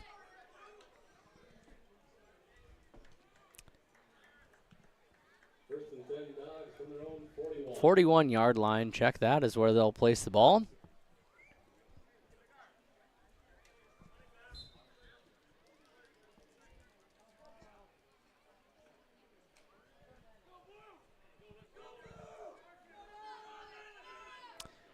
As the Bulldogs will spread things out a bit here. 3 receivers off to the left, 1 to the right. Trainer in the backfield, and they'll pass the ball over to Lovett.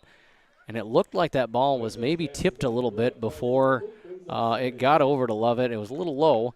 No catch on the play, bringing up 2nd and 10 for the Bulldogs. Other games here you can catch on your live event. The Fargo North and Fargo South rivalry is going on right now. Chase Miller on the call in Class 11A. Hillsborough Central Valley is also playing Central Cass, so you can catch here on your live event, as well as Carrington and Lisbon, Mayport CG and Northern Cass, and Bottineau and Thompson on the North Dakota side of the river. As Hoisted takes the snap, and it looks like he's going to run up the middle. He's got some room and plows through one defender, but he is able to take him down. That's Cade Hentz on the stop, and Hoisted will pick up a first down, keep those chains moving for the Bulldogs. Ball placed around the 47-yard line as he takes the snap and's got a receiver on the far side open. That's Martinson, and he makes a couple of guys miss as he goes down the far sideline and falls forward, and that is going to be another first down for the Bulldogs. And that was an interesting play there. It looked like Martinson had caught the ball. It looked like he almost stopped as him and his defenders looked at each other. And Martinson pulled a couple of nice moves and was able to escape again off to the outside to bring up a first down. And Hoisted will throw the ball over, and he's got Wittich. And he gets in the end zone. Hoisted to Wittich on the play here. That was about a 13-yard catch and score. And the fireworks going off again here in Milner.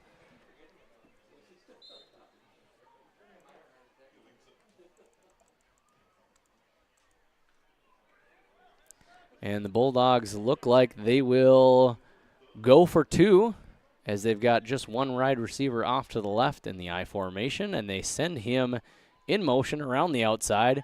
Hoisted drops back, and that ball goes over to Wittich again, and Wittich converts the two-point conversion. And that'll bring the score to 35-14 as the Sargent County Bulldogs are on top of the Hankinson Pirates.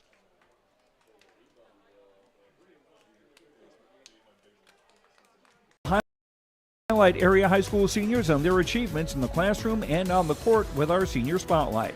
That's the YourLiveEvent.com Coaches Show presented by the Hillsborough Economic Development Corporation, Wednesday nights at 7 on YourLiveEvent.com. In Hope, North Dakota, we aren't just a town, we're a community, one that you can be proud of, where you and your family can grow. With available jobs, affordable housing, a golf course and pool, the Sportsman Club, and great educational opportunities. There hasn't been a better time to join the Hope community, ideally located between Fargo, Grand Forks, and Jamestown. For more information, go to www.hopend.com. Live, work, and play in Hope, North Dakota. Back here at Gaynor Field in Milner, 35-14, Bulldogs are in the lead over the Pirates.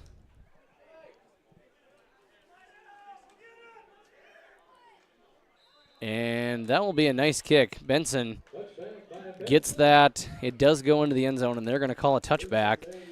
And the Pirates will take over at the 20-yard line.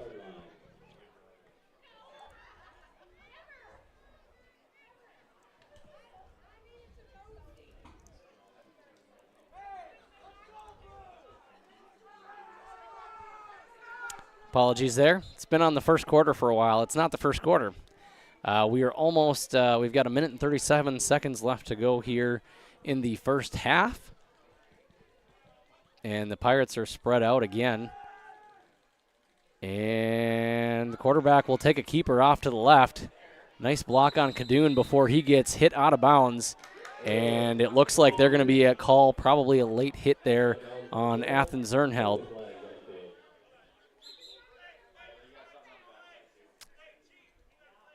And there's also a flag on the far side of the field, so we will see what happens here on the play.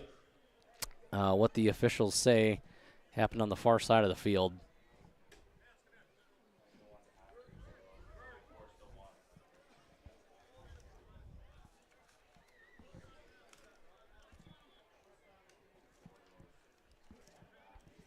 as it looks like there's a little discussion going on over there. Tonight we have the halftime show coming up here in just a few minutes, where we'll go over some scores around the region and around the state, bring you up to date on those.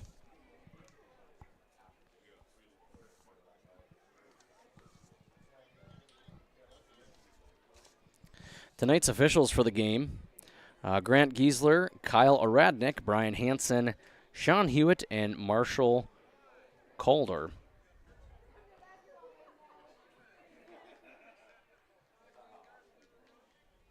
Okay, so it looked like there were 2 calls, 2 plays on the,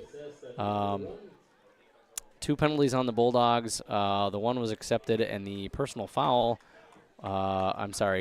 one was declined, and the personal foul was accepted on the late hit here on the sideline.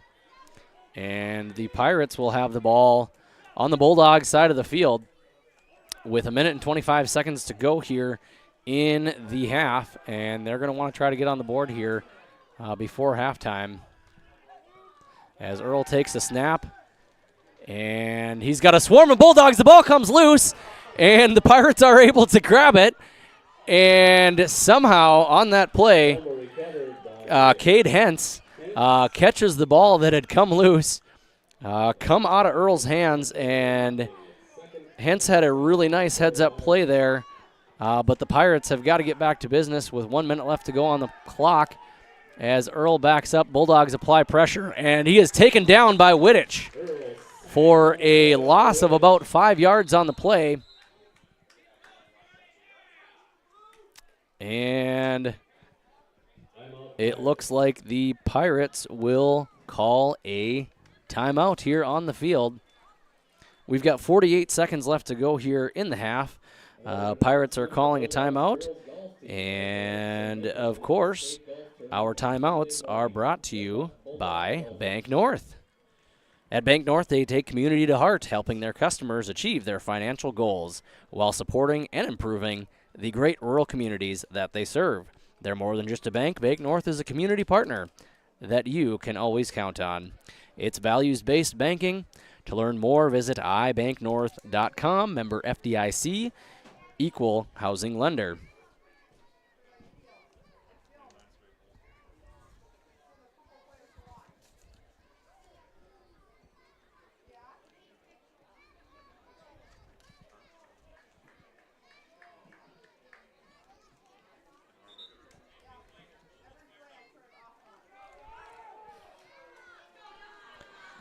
And the Pirates with a 3rd and 11 situation here. We've got 48.7 seconds left here in the first half as they try to get on the scoreboard here again. And Earl has got some pressure, but he does have a man open. That is Bull over there on the far right side, makes a couple man miss, and he is going to get a first down on the play and keep those chains moving for the Pirates, keep this drive alive. And the clock will start back up again. But we do have a whistle. Timeout Bulldogs. And the Bulldogs are going to call a timeout there on that play.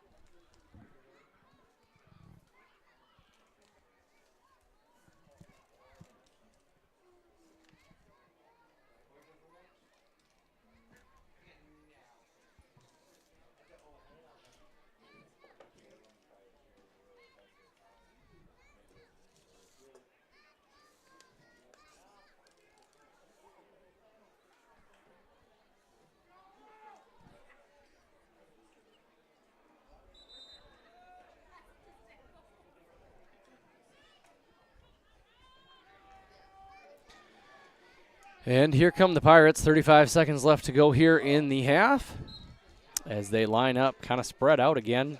2 off to the left, 2 to the right, and 1 in the backfield with Earl. As he takes the snap, Bulldogs apply pressure, and Earl makes a few people miss. And we'll probably, yes, that looks like a block in the back that may have occurred there to Colton Cadoon as he kind of was sent flying off to the side there. And we'll confirm here with the officials.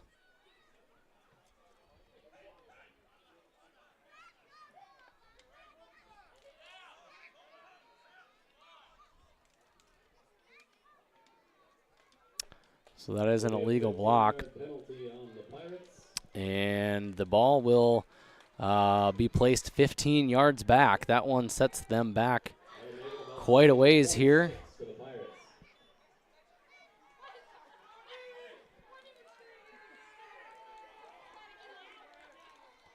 And the Pirates have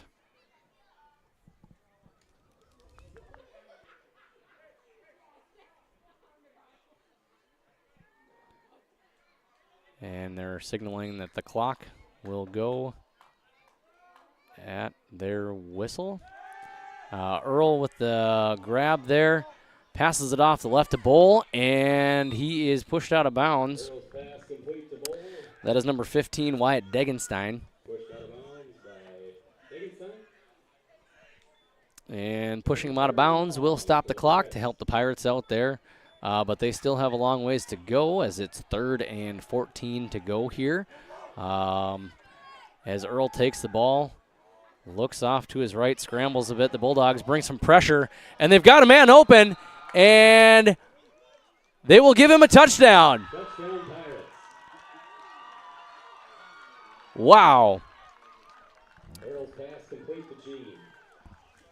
That looks like that was Andrew Jean, number 87, the junior tight end, who snagged that ball. He kind of had to fall and dive a little bit to catch it, maintained on his feet just enough to sort of drop right into the end zone. And the Pirates get back on the board, and they'll go for 2 here. As Gray goes,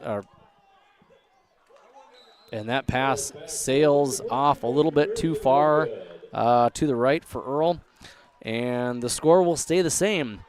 Bulldogs are up 35 over the Pirates 20. And we've got 12 seconds left to go here in the first half. If you want help from a firm that has integrity and respect, strives for excellence, and is interested in the betterment of the community, look no farther than Onstead Twitchell Attorneys. Our team of attorneys has dedicated and talented professionals who are committed to improving the lives of their clients and providing custom legal solutions with integrity and excellence. We have offices in West Fargo, Hillsborough, Maddox, Page, and Castleton. Or visit our website, www.onsteadlaw.com. The Milner Public School District has a long history of academic, artistic, and athletic achievement and is proud of the programs and education environment offered. A fully accredited educational system, Milner Public School District operates 2 separate school buildings, including Sundale Colony School. Over 85%, that's right, 85% of the graduates of Milner High School attend some form of post-secondary educational institution. You can find more information on the Milner Public School District online at milner.k12.nd.us. Back here at Gainer Field, 12 seconds to go here in the first half as the Pirates are set to kick it off. Trainer and Hanson out deep to receive, and we will see if Coach Moneylas tries to see if he can get the ball back here on kind of a squib type of kick. Nope, they will kick it away, and it'll go towards Trainer, who is able to scoop up the ball inside the 20-yard line, and he brings it to about the 25-yard line or so for the Bulldogs, and we've got 8 seconds left to go here. I was told earlier today that it's somebody special's birthday that I should maybe announce. Uncle T, as some may call him. Yeah, Terry Wielander. It's his birthday. I don't know how many numbers it is. He told me it was 23 earlier, and when I guessed 40, and I was being kind at the 40 guess. And the Bulldogs will take a knee here to send it into the second half. Score here at halftime, the visiting Hankinson Pirates 20, and the homecoming team the Sargent County Bulldogs 35. We'll be back for a halftime show here after a few words from our sponsors.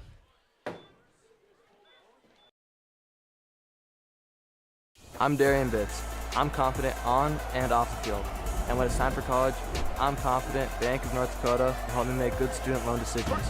Visit bnd.nd.gov/confident. I'm Doug Gray. I'm confident during the performance and when it's time for college.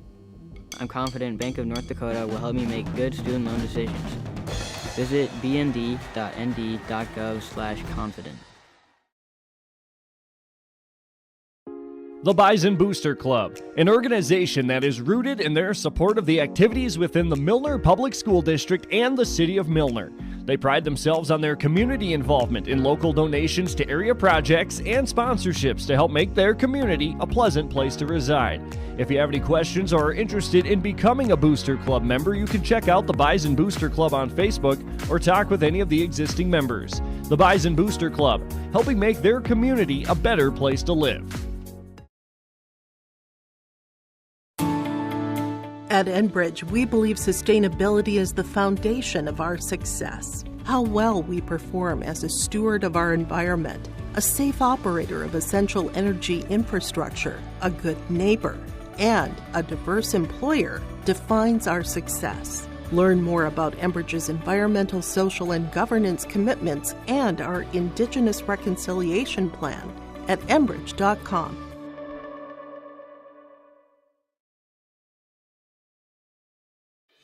Let's get real. Get ready for a place that's big enough to grow and small enough to care.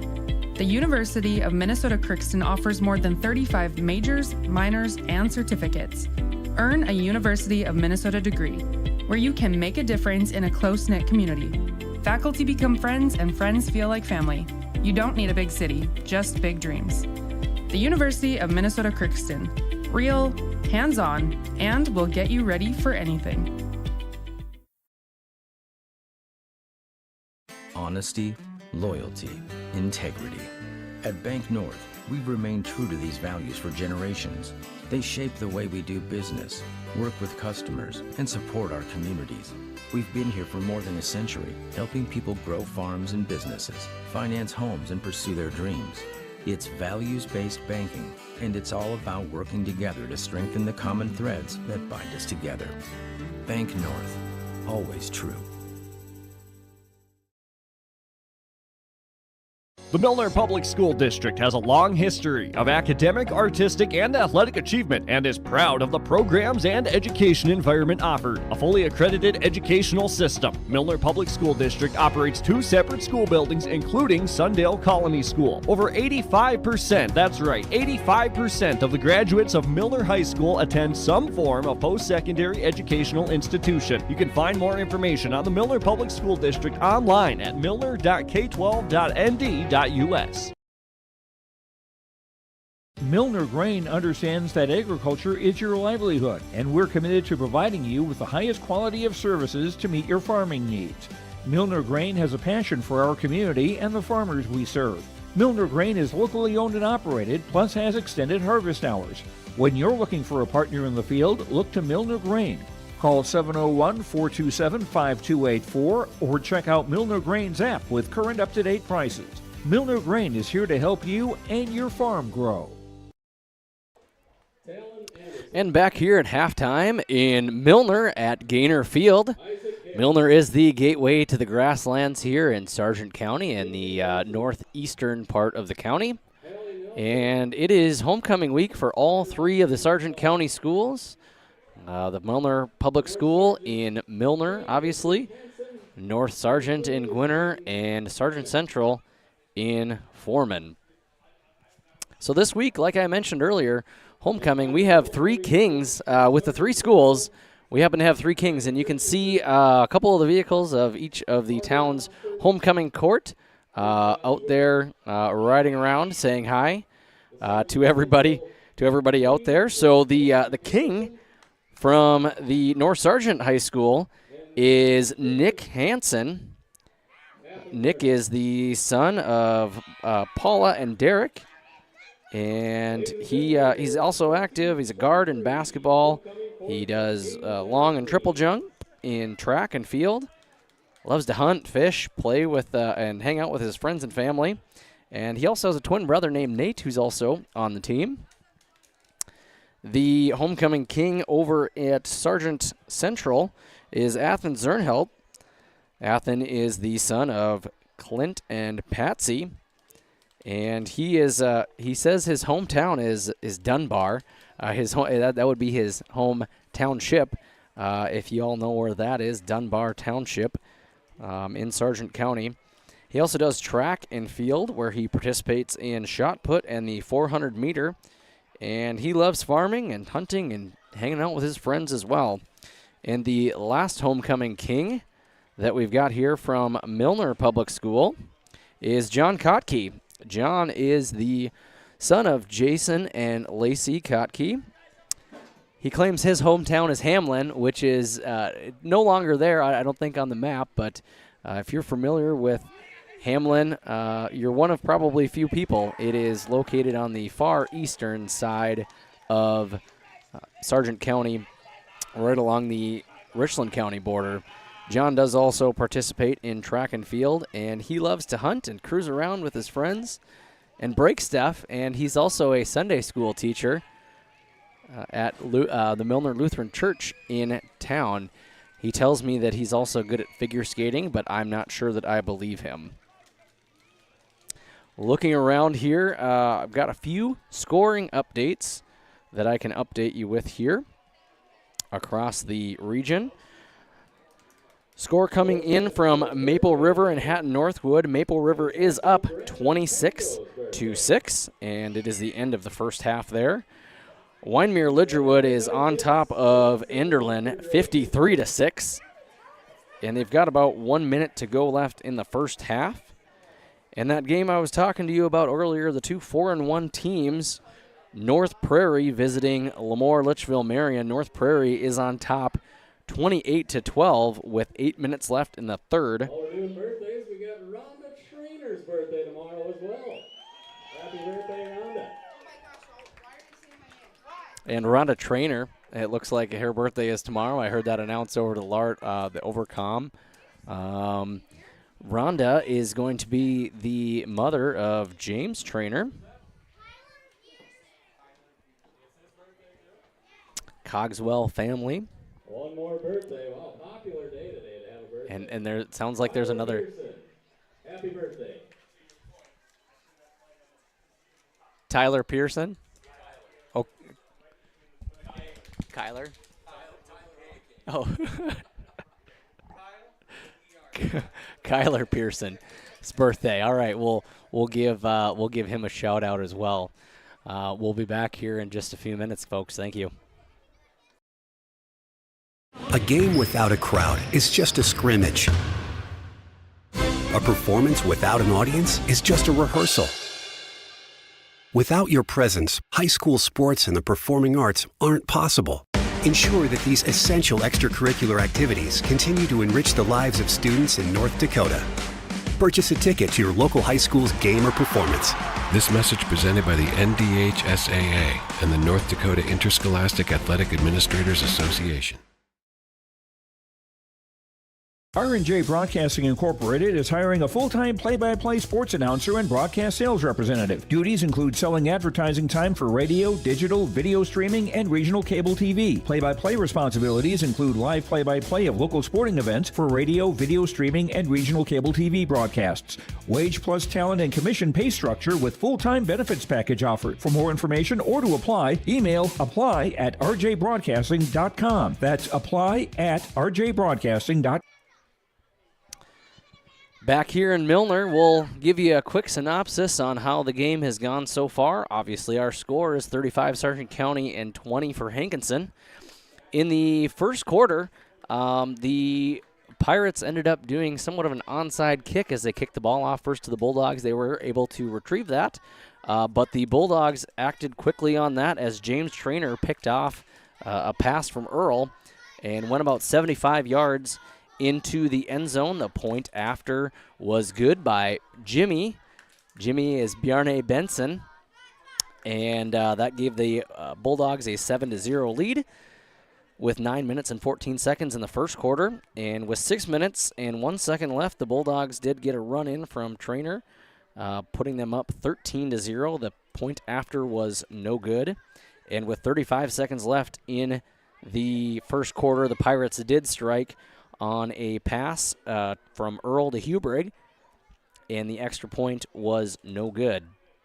Turning into the second quarter with 7 minutes and 37 seconds to go, Colton Cadoon powered in for a 2-yard run, and the 2-point after conversion was good on a pass to Wittich. A couple minutes later, the Bulldogs had the ball back again, and Martinson took a direct snap from about the 3-yard line and ran into the end zone, putting the Bulldogs up 27-6. The Pirates had gotten the ball back, and a deep ball, a catch along the left side of the sideline here.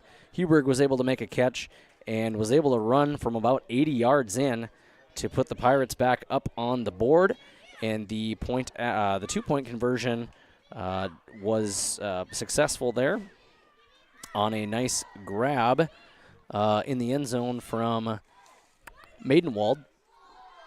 And just before the end of the half here, Wittich did catch another ball here from Hoisted for about a 12-yard touchdown, and the ball went back to Wittich on the 2-point attempt, and that is where we sit for a score at 35-14, as we've got a couple minutes left to go here before the start of the second half. I'll run through a couple of scoring updates here as well until we get there. Once again, Maple River is on top of Hatton Northwood, 26-6. Wyndmere Lidgerwood is on top of Enderlin with about a minute left in the half, 53-6. North Prairie is on top of Lemoore. It looks like Lemoore just did get in and score with 6 minutes left in the third. North Prairie is up 28-20 at that point. North Star is on top of North Border, 38-6 at the end of the first half. Hettinger Scranton on top of Napoleon Gackle Streeter, 16-8 with 5 minutes left in the third quarter. Grant County Flasher is on top of Kidder County, 32-0. And if I'm reading this right, I don't know if the score just has not been entered yet, but number 4, New Rockford Cheyenne is at a standstill with Nelson County 0-0 with 3 minutes in the second quarter. And the number 1 ranked New Salem Almont is all knotted up with Hettinger County 8-8 with 10 minutes left of the game. Number 5 ranked West Hope Newburgh Glenburn is on top 56-6 over Dunseith. South Border has a 28-0 lead over Linton HMB Strasburg Zeeland with 3 minutes left in the third. Four Winds is on top of St. John's 30-8 with a minute left in the second quarter. And those are the updates that I have with you so far. Stay tuned for those are the scores in 9-man anyway. Flipping over to the 11A division. Hart River is on top of Bowman County 16-14. Number 4 ranked Langdon area Edmore Munich is on top of Park River 42-0 at the end of the first half. And a game that was played earlier today up in Grafton, the Harvey Wells County defeated Grafton 42-13. Dickinson Trinity is on top of Shiloh Christian 20-14 with 6 minutes left to go in the third quarter. And the number 1 ranked Velva Garrison Drake Animus it had defeated already earlier today Kenmare. That game was played at 6 p.m. today, and that game is over 58-0. Number 2 ranked Kindred is on top of Oaks 21-0. Beulah is on top of Hazen 14-8. And Lisbon right now at the end of the first half is on top of Carrington 26-13.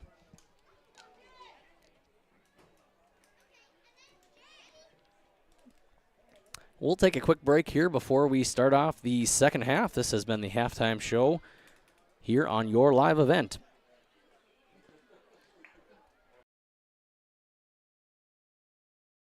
This is Chris Brecken from RDK Enterprises, your local precision planting dealer. I want to take this opportunity to say thank you to our growers. Your trust and fellowship is the driving force behind our dedication to your successful farming operation. We continue to invest in the education of our team to ensure your customer experience is outstanding. Thank you for the opportunity to be your planter experts. Stop by either of our locations in Hillsboro or Drayton, North Dakota, or visit planterdoc.com.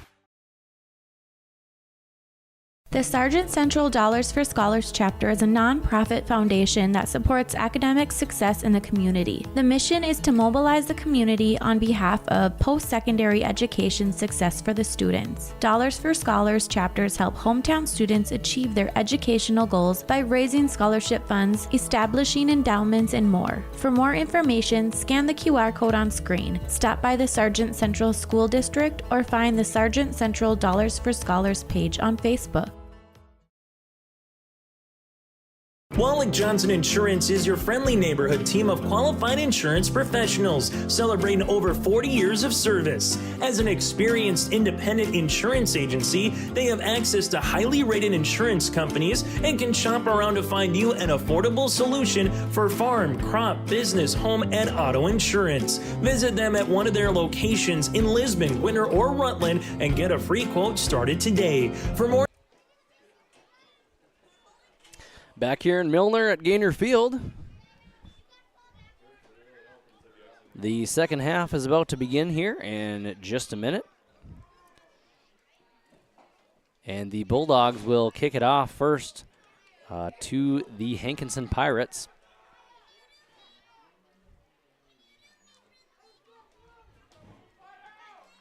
Benson set to kick it away for the Bulldogs.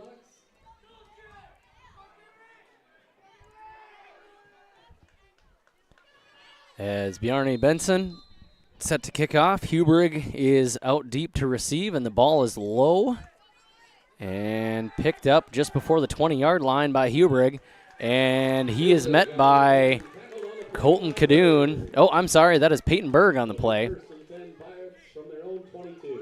And they will start this drive on the 22-yard line. Coaching for the Bulldogs, if I missed it earlier, obviously you heard from Eric Olson in the pregame show. Assistant coaches are Randy Searstead, Keen Nelson, Nick Furch, and Tanner Zedeca. And on the coaching staff, you heard from Coach Jason Moneylas, assistant coaches Kevin Niesemeyer, Zach Nelson, Mason Falk, Hayden Bull, and the Pirates here set to start off the second half. And the ball is loose! And the Pirates are able to fall on top of it. And Earl lost control of the ball there, but it looks like they were able to get in and pick up the ball. And they will lose a good chunk of yards, about 9 on the play, bringing up 2nd and 19 on this first drive for the Pirates.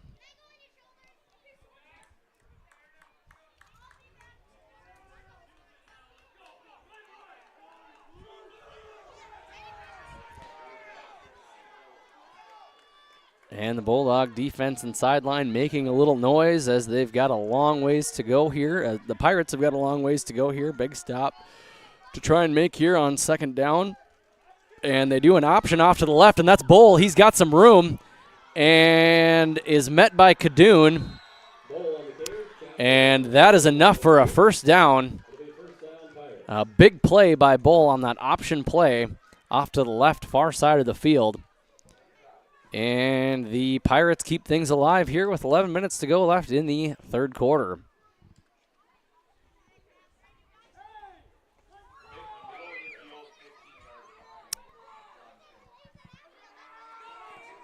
Ball is at the 37-yard line.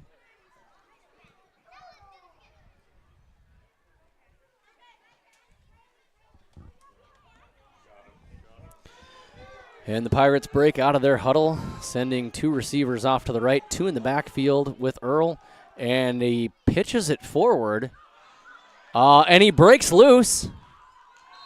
Almost lost in the shuffle there.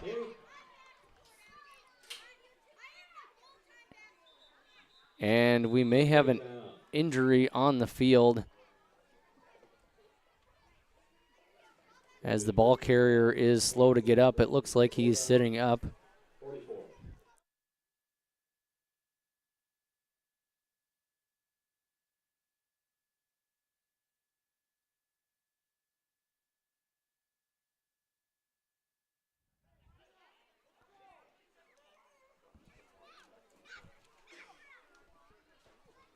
And the ball carrier, it looked to be number 10, Cade Hentz, on the play. It was kind of a forward shovel pass, and he kind of got lost in the mix there. Was able to break some tackles and get across midfield, but he is slow to get up. We'll take a quick break here as they check on him. We'll be back in a minute. nd-insure.com. Every Wednesday night at 7, watch the YourLiveEvent.com Coaches Show presented by the Hillsborough Economic Development Corporation. Stay up to date with the latest goings-on in the region, as we'll hear from area coaches in North Dakota and Minnesota. Plus, we'll highlight area high school seniors and their achievements in the classroom and on the court with our Senior Spotlight. That's the YourLiveEvent.com Coaches Show presented by the Hillsborough Economic Development Corporation, Wednesday nights at 7 on YourLiveEvent.com. And just after I cut to break there, Hentz had gotten up, went toward the sideline quick as the Pirates got a first down and 10 yards to go here at the 45-yard line. And Earl passes it over to the right, and he's got Huberg, and Huberg makes a couple men miss, but he is swarmed again by a few Bulldogs, and he picks up just a very short gain on the play. Was able to make a few guys miss, but ultimately the Bulldogs were able to bring him down for a gain of just 2 yards, bringing up 2nd and 8. Check that, maybe 9 yards to go. It's a long one, we'll call it.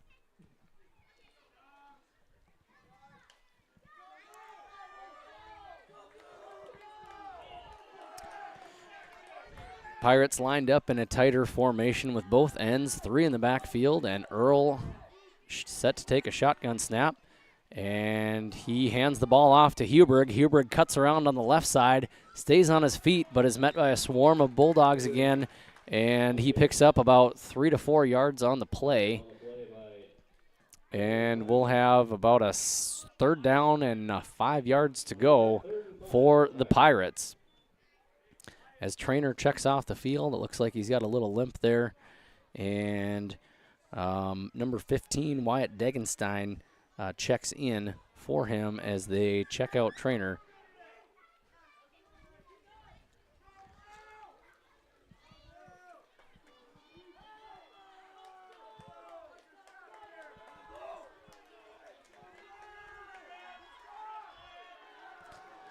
And the Pirates will have 3 receivers off to the right, 1 in the backfield. And we've got a flag on the play. And that looks like a delay of game on the offense. And that will set them back to the original line of scrimmage. And they'll have 10 yards to go again here, bringing up 3rd and 10.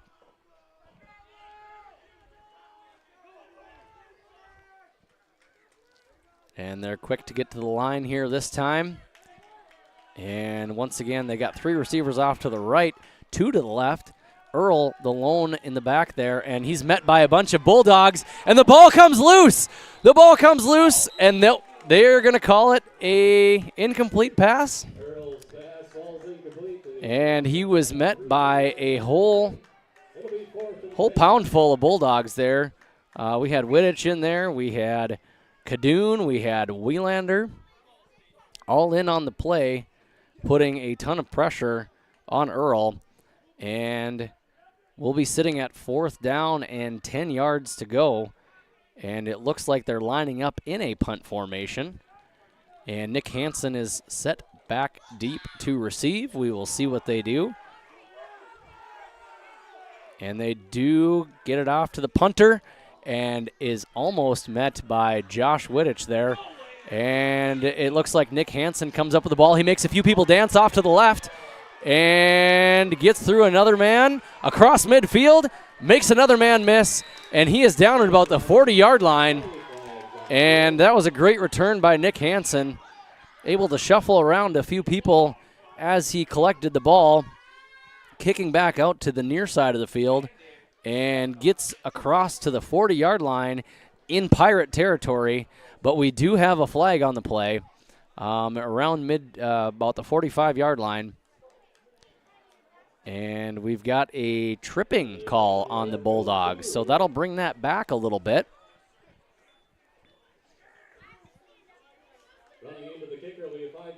I'm sorry, running into the kicker is what they called. I saw the leg come up. I thought it was tripping. Running into the kicker is what they ended up calling it. And it'll stay Pirate ball. Still 4th down and about 5 yards to go. 7 minutes and 35 seconds to go here in the third quarter. Pirates come up to the line, and this time they will go for it. One receiver out to the right, 2 in the backfield, and we've got some movement up front, and those yards may be negated as we've got a false start that came from the left side of the line for the Pirates, and we'll be back at 4th down and 10 yards to go with the ball placed right around the 45-yard line in Bulldog territory.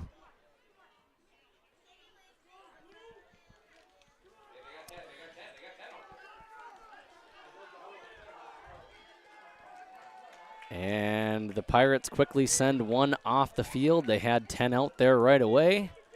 And the snap is a little low. Picked up and takes another pretty dead bounce. The ball didn't really move either which direction, north or south, after the ball hit the ground.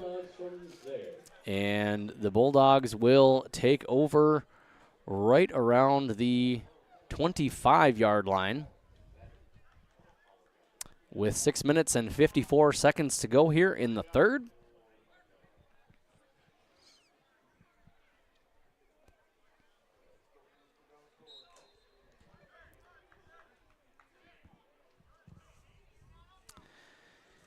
Be sure to stick around here, I guess, for the after the game. We'll have an Energy Player of the Game that will be brought to you by Enbridge. Enbridge takes energy, or life takes energy. Enbridge, energy for life. Visit enbridge.com for career opportunities.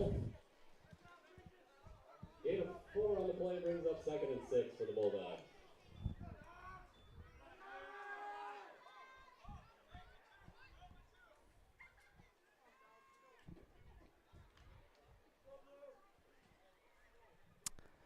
Second and 6 here for the Bulldogs, as they've got an I formation with one receiver to the left. And Hoisted will pass the ball off to Trainer, and Trainer will lose a couple of yards on the play, bringing up 3rd and about 6 or 7 yards to go.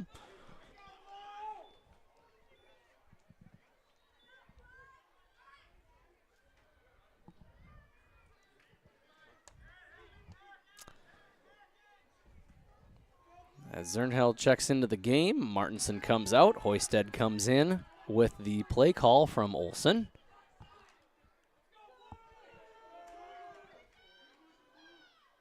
And once again, I formation. Nick Hansen is off to the right side. And it looks like they tried to pull him off sides, but they didn't quite fall for it. Pitches the ball to Trainer on the right. He runs left, makes a few people move, and dances around and is able to pick up a first down for the Bulldogs. Brings the ball to about the 40-yard line. James Trainer started going right, went left, made a few people miss, and picked up the first down for the Bulldogs.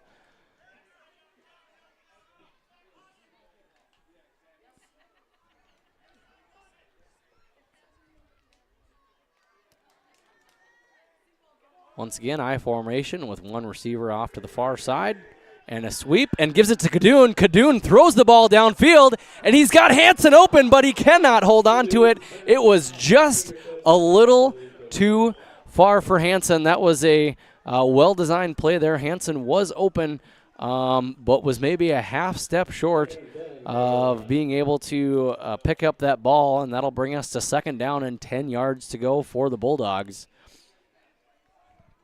Olsen trying to catch this Pirate team off guard a little bit here. And Kadoon with a deep ball pass, and he'll check out of the game. Chauncey Lovett comes back in, and he is going to be split out to the right. Hanson to the left. And they'll hand the ball off to Trainer. Trainer will run up the middle, dance a little east and west, and dive forward for those couple extra yards. Now, that's something that you'll see him do, as he is a little slow to get up here on the field. And we'll take a quick break here as they check on Trainer.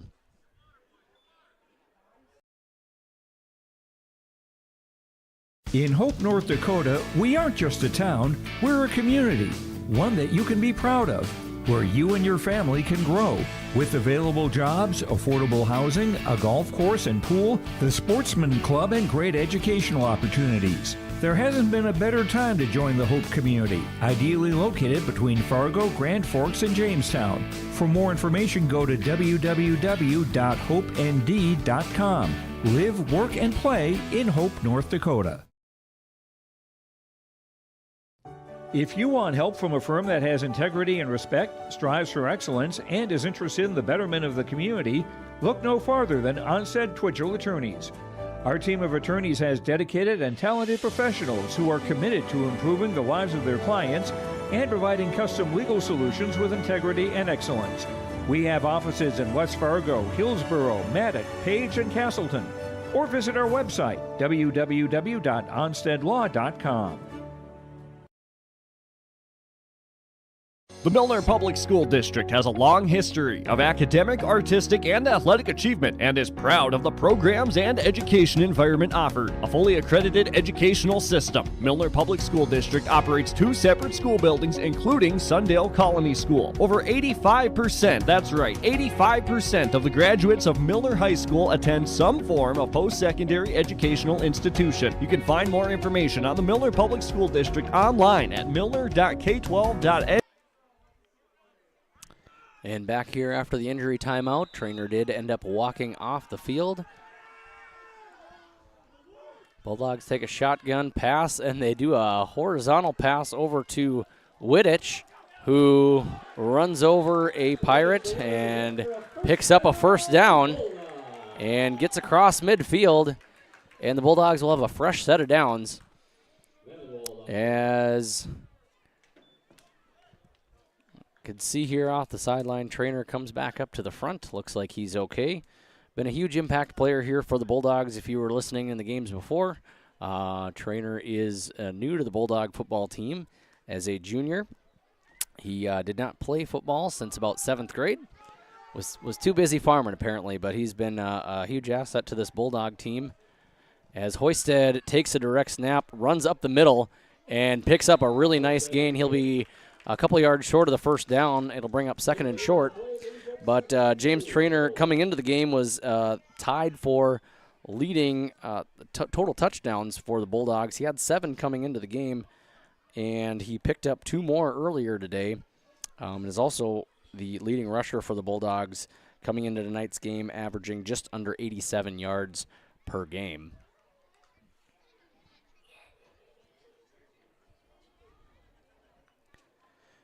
And the Bulldogs have got Chauncey Lovett out to the left, 2 wide receivers to the right. They send Nick Hanson in motion to the right, and he's able to basically bring the ball back to the line of scrimmage, and it'll be 3rd down and about 2 yards to go.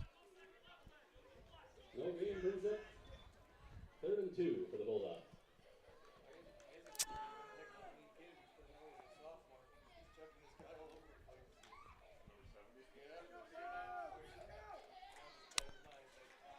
And Bulldogs have got 2 out to the right, 1 to the left. Kadoon in the backfield. And they send Hanson in motion to the left again. Hoisted has some pressure, gets rid of the ball, and looks like it's intended for Kadoon. Falls short of being within his reach. And we have a 4th down and 2 yards to go as Olson talks to Hoisted on what the Bulldogs are going to do here on this 4th and short, with the ball being placed around the 40-yard line on the Pirate side of the field.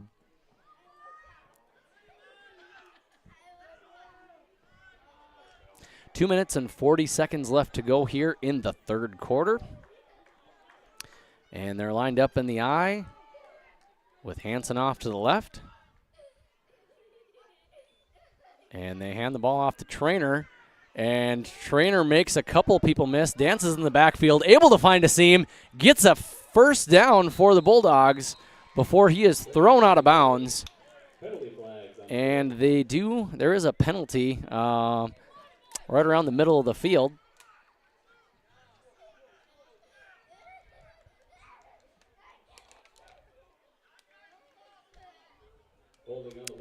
And that will be a holding call on Sargent County. And now instead of a 4th and 2, they are faced with a 4th and about 12 with the ball just on the Pirate side of midfield. And Kadoon checks out, Lovett checks in. Hoisted brings the play call into the team. And it looks like we have a timeout on the field. Bulldogs do call a timeout. Our timeouts are brought to you by Bank North.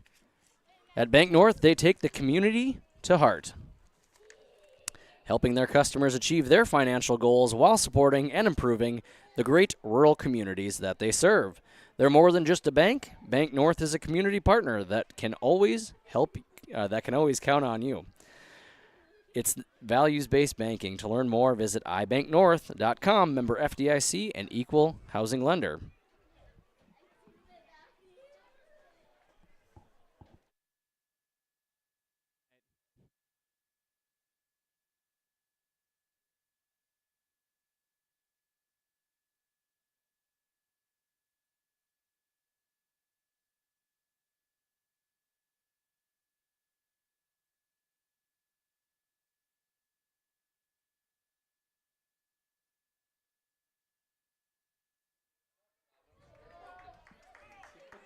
All right, after that timeout here, the Bulldogs are faced with a 4th and 12 right around the 50-yard line, and it looks like they are going to go for it. 2 receivers to the left, 2 receivers to the right, 1 to the left. As Hoisted finds a man downfield, he's got Martinson who holds onto it, and the Pirates cannot seem to bring him down. And that'll be good for a 1st down for Sargent County as they pick up about 20 yards on the play. About 23 yards on the play. Bringing the ball to about the 27-yard line on the Pirate side of the field.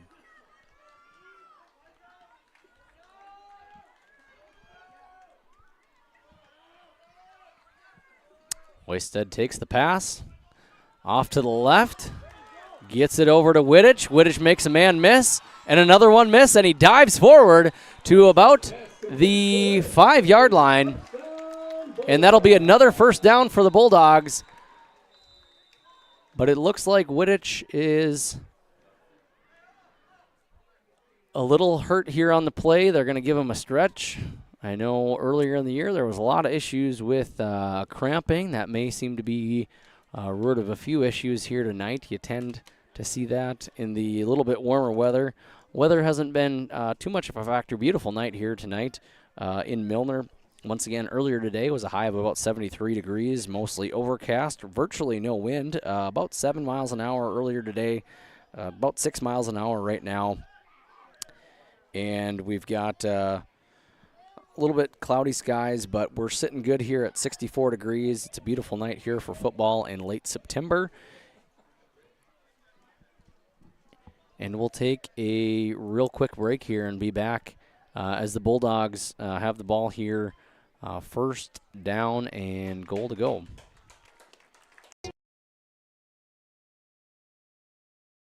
I'm Darian Bitts. I'm confident on and off the field. And when it's time for college, I'm confident Bank of North Dakota will help me make good student loan decisions. Visit bnd.nb.gov/confident. I'm Doug Gray. Hoisted takes the ball, hands it off the trainer on the left. He slips and goes down.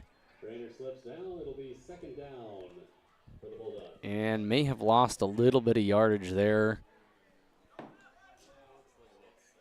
They're at about the 7-yard line. Second and goal to go. And that play clock is running at 1 minute and 15 seconds to go here left in the third quarter. And a low pass. Hoisted does pick it up, decides to run it down the middle, and he's got room, and he's in for the touchdown. Hoisted, I don't think that play was designed for him.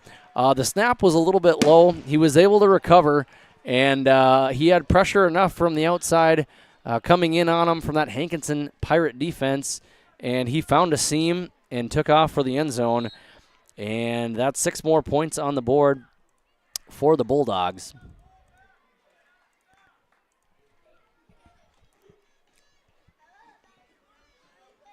And the Bulldogs looking like they will go for 2, as they've got a receiver out to the right and the left. Trainer in the backfield. Shotgun snap over and gets just behind Luke Martinson. And that 2-point conversion will be no good. The score will remain 41-20. We've got 1 minute and 5 seconds left to go here in the third. And when it's time for college, I'm confident Bank of North Dakota will help me make good student loan decisions. Visit bnd.nd.gov/confident. The Bison Booster Club, an organization that is rooted in their support of the activities within the Milner Public School District and the City of Milner. They pride themselves on their community involvement in local donations to area projects and sponsorships to help make their community a pleasant place to reside. If you have any questions or are interested in becoming a Booster Club member, you can check out the Bison Booster Club on Facebook or talk with any of the existing members. The Bison Booster Club, helping make their community a better place to live. At Enbridge, we believe sustainability is the foundation of our success. How well we perform as a steward of our environment, a safe operator of essential energy infrastructure, a good neighbor, and a diverse. Back here at Gaynor Field as the Bulldogs kick it off, and Hubrig has got the ball. He's got room down the left side, and he's got one guy to beat, and the Bulldogs do get him. Chauncey Lovett, it looks like, is on the play. Hubrig with a beautiful run brings the ball deep into Bulldog territory to around the 20-yard line. We'll see where they place it. But that was a nice return there by Hubrig after the Bulldogs put 6 more on the board just a few minutes ago.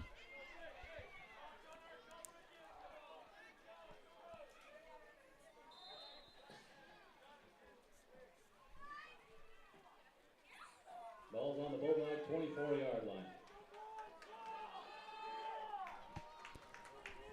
And the Pirates getting the ball back here. They're at about the 23-yard line. Earl with the snap to Earl. And he's got a man open. And he was wide open for the touchdown. The Pirates put 6 more on the board here. And that was, get my notes back here. I'm sorry, guys. That was Andrew Jean on the touchdown. Jean was wide open, and he is a big man, big tall man that you don't want to leave wide open down the field. And the Pirates put 6 more on the board, bringing the score to 26-41.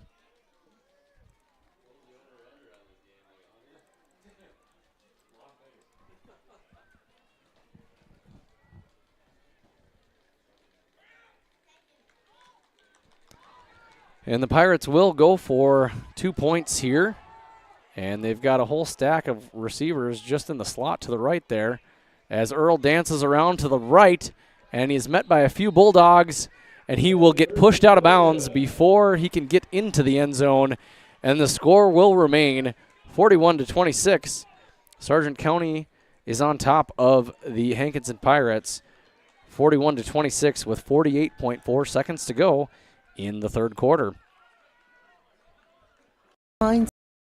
Our success. Learn more about Enbridge's environmental, social, and governance commitments and our Indigenous Reconciliation Plan at enbridge.com.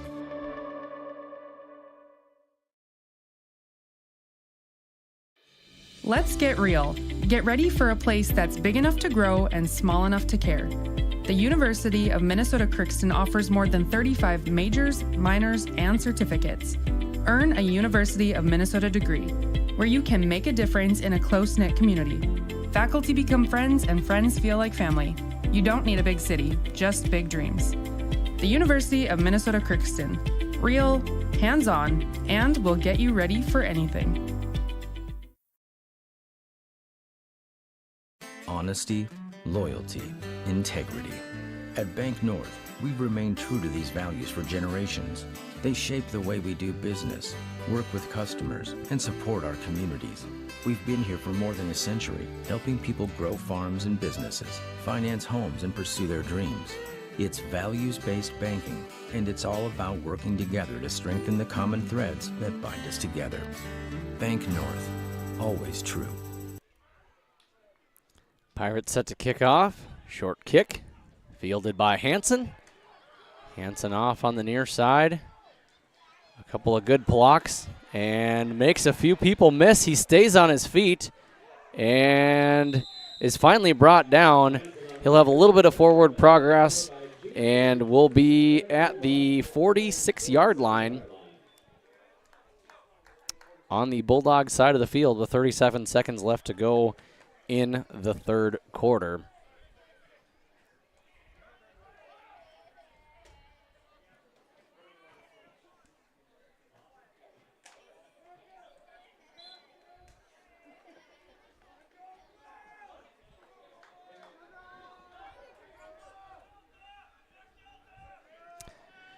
As Hoisted takes a snap, quick pass over to Hanson on the right side and spins around.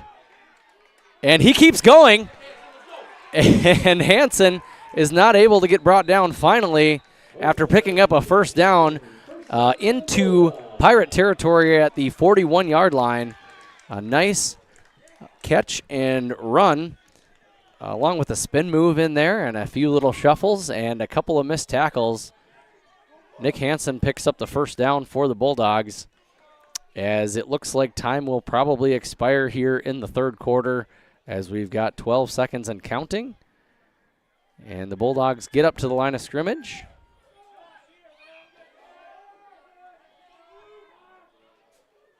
And they do get a playoff.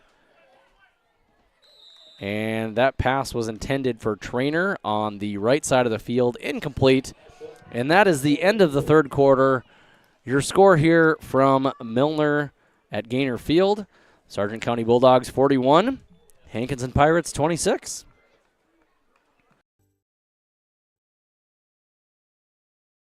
The Milner Public School District has a long history of academic, artistic, and athletic achievement and is proud of the programs and education environment offered. A fully accredited educational system, Milner Public School District operates 2 separate school buildings, including Sundale Colony School. Over 85%, that's right, 85% of the graduates of Milner High School attend some form of post-secondary educational institution. You can find more information on the Milner Public School District online at milner.k12.nd.us.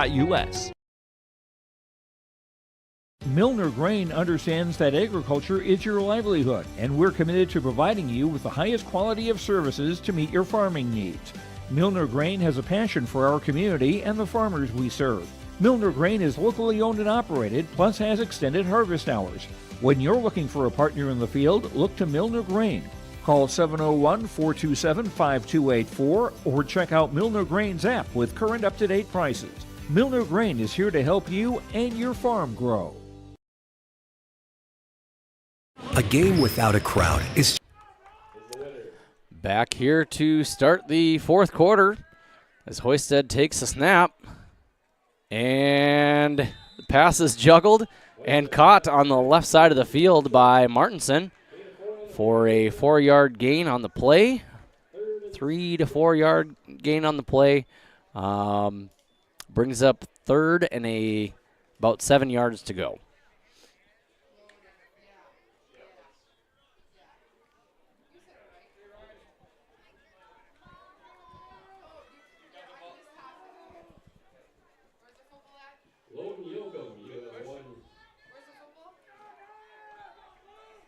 And the Bulldogs come to the line, spreading the guys out a little bit here. 3 on the right, 1 on the left. Kadoon in the backfield. Hoisted takes a snap, looks left, finds a man downfield. He's got Martinson, who makes the guy miss, and dives forward for another first down for the Bulldogs. And they'll end up at around the 22 to 23 yard line and keep the clock and the chains moving here in the fourth quarter.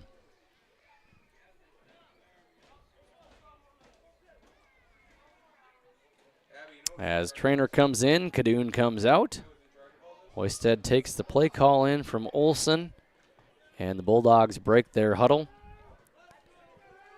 And they are lined up in a shotgun formation, 1 to the left, 1 to the right.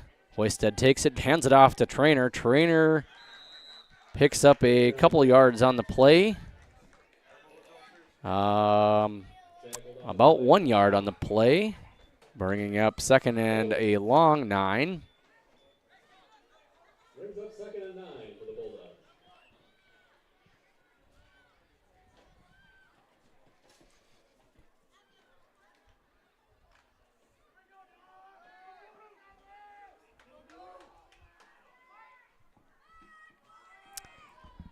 Bulldogs 2 to the right, 1 to the left. Hoisted takes a snap.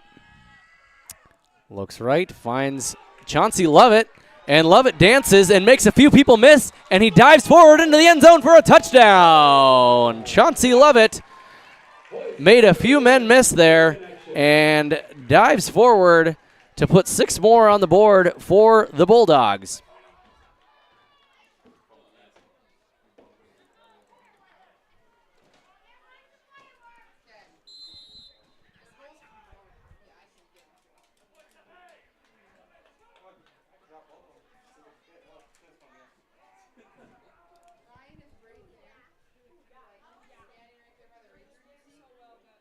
And the Bulldogs will go for 2 again here tonight.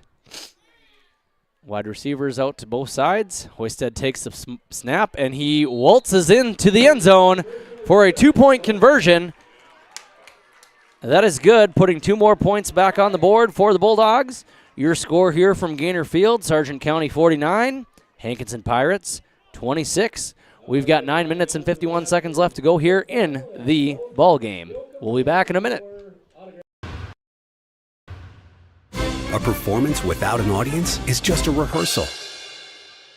Without your presence, high school sports and the performing arts aren't possible. Ensure that these essential extracurricular activities continue to enrich the lives of students in North Dakota. Purchase a ticket to your local high school's game or performance. This message presented by the NDHSAA and the North Dakota Interscholastic Athletic Administrators Association. R&J Broadcasting Incorporated is hiring a full-time play-by-play sports announcer and broadcast sales representative. Duties include selling advertising time for radio, digital, video streaming, and regional cable TV. Play-by-play responsibilities include live play-by-play of local sporting events for radio, video streaming, and regional cable TV broadcasts. Wage plus talent and commission pay structure with... And the Bulldogs set to kick off. Deep kick down to the far side of the field, and that one will roll. That will go out of bounds just before the goal line, probably at around the 5-yard line, and that is going to automatically bring the ball up to the 35-yard line for rolling out of bounds.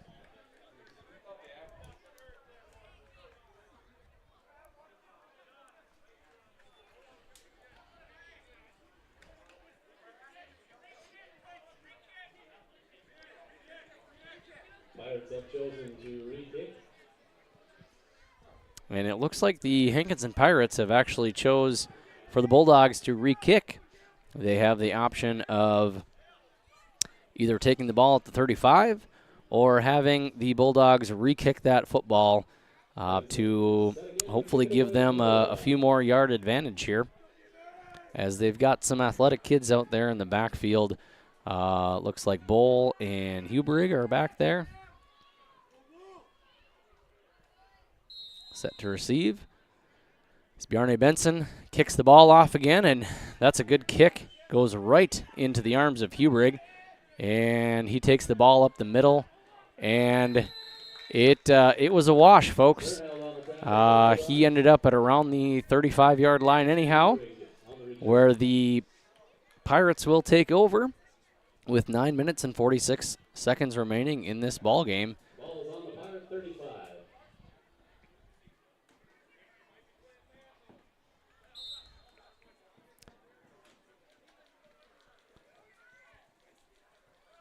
And the Pirates are spreading things out again here with only 3 men on the line, 4 receivers out to the right, 1 to the left, as Earl will be in the shotgun, takes the snap, and he's got some pressure from the Bulldogs here and makes a few of them miss, and he's got room down the sideline to pick up a first down, but the ball is loose. Nick Hansen picks the ball up, runs out of bounds at around the 40-yard line, and in a change of events there, when it looked like Earl was able to salvage that play for a first down, the ball was popped loose. Hansen was able to pick it up, and the Bulldogs have the ball again here on the Pirate side of the field, as they'll mark the ball at around the 41.5-yard line, and it'll be 1st and 10 for the Bulldogs.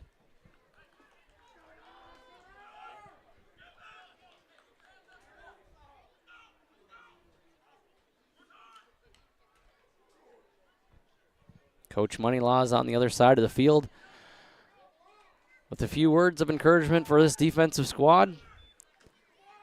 And the ball is handed off to Trainer. Trainer jumps over a man and is taken down for a short gain on the play. About 4 yards. Gain of 4 brings up 2nd and 6 for the Bulldogs.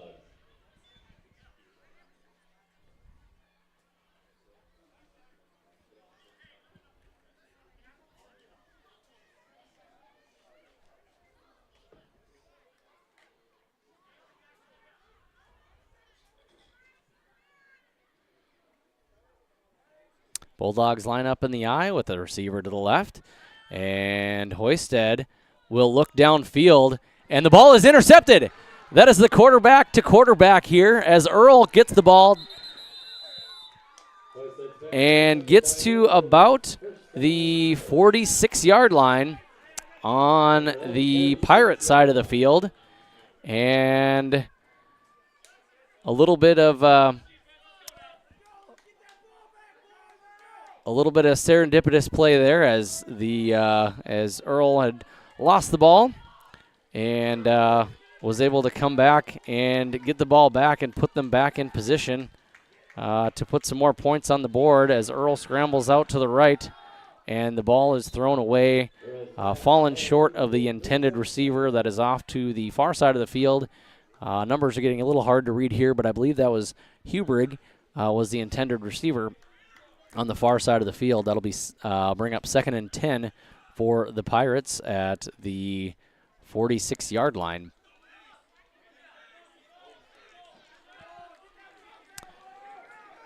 Two receivers to the left, 2 receivers to the right. Shotgun with 1 in the backfield.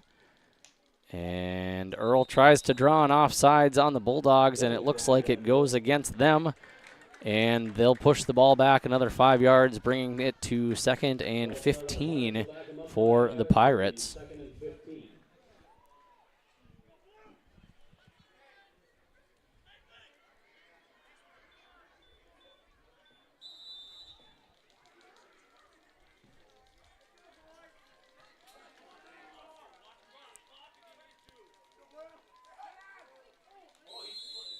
And we've got another flinch here on the field, and that is number 99. Looked a little upset with himself on that one. Mason Mauk made a little flinch, and that'll be 2 false starts in a row for the Pirates, and we've got 2nd and 20.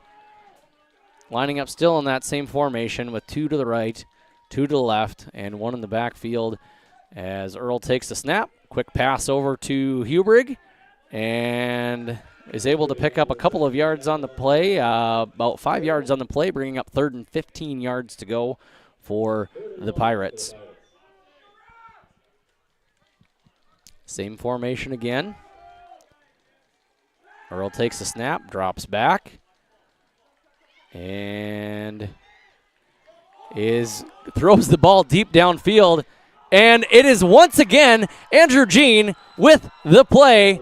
That is his 3rd touchdown of the evening, and he waltzes into the end zone for a touchdown. Trainer couldn't quite get his arm up on the play there, and Jean in for another big touchdown for the Hankinson Pirates.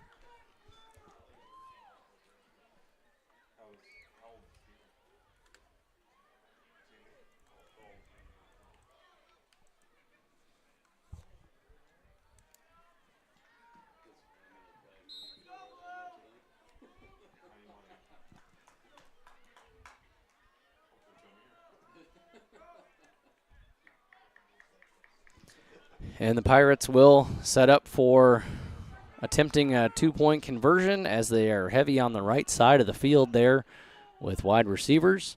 And Earl takes the snap, and he is met by the Bulldogs. That is Josh Wittich, who takes down Earl, and that 2-point conversion is no good. The score will stay 49 for the Bulldogs, 32 for the Pirates, with 7 minutes and 37 seconds left to go here in the ball game. We'll be back in just a minute. For more information or to apply, email apply@rjbroadcasting.com. That's apply@rjbroadcasting.com. This is Chris Brecken from RDK Enterprises, your local precision planting dealer. I want to take this opportunity to say thank you to our growers. Your trust and fellowship is the driving force behind our dedication to your successful farming operation. We continue to invest in the education of our team to ensure your customer experience is outstanding. Thank you for the opportunity to be your planter experts. Stop by either of our locations in Hillsboro or Drayton, North Dakota, or visit planterdoc.com. The Sargent Central Dollars for Scholars chapter is a nonprofit foundation that supports academic success in the community. The mission is to mobilize the community on behalf of post-secondary education success for the students. Dollars for Scholars chapters help hometown students achieve their educational goals by raising scholarship funds, establishing endowments, and more. For more information, scan the QR. Back here in Milner, thank you for joining us on your live event, as the Hankinson Pirates just had another deep ball touchdown from Earl to Jean, and they are set to kick it away, a shorter kick, and they'll let that roll out of bounds, and that'll benefit the Bulldogs by about 5 or 6 yards as the ball rolled out probably around the 29-yard line. So that ball will be placed at the 35 if the Bulldogs accept, which it looks like they will.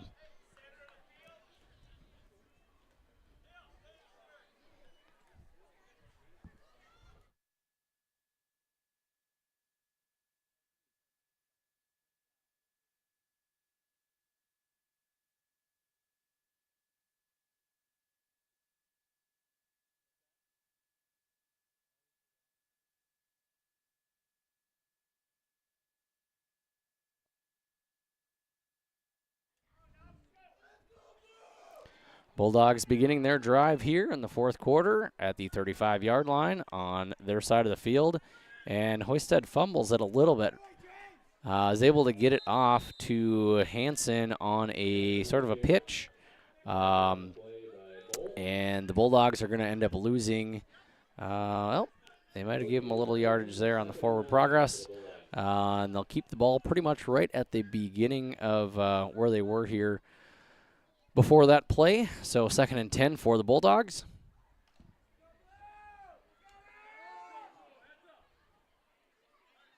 I formation. Nick Hansen is off to the far side. And they'll hand the ball off to Kadoon, who will chip away and get a couple of yards on the play. Bringing up third and long 6, maybe 7 yards.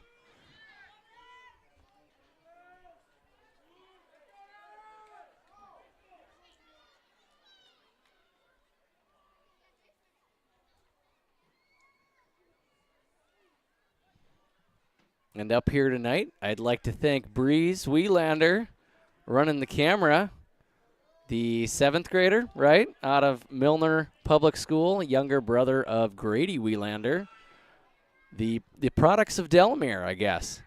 As Hoisted hands the ball off the trainer, he's got a gap down the middle, and he makes a guy miss. He's got one guy to beat. He's at the 30. He's at the 20, and he is brought down just inside the 15-yard line. And that'll be another Bulldog first down.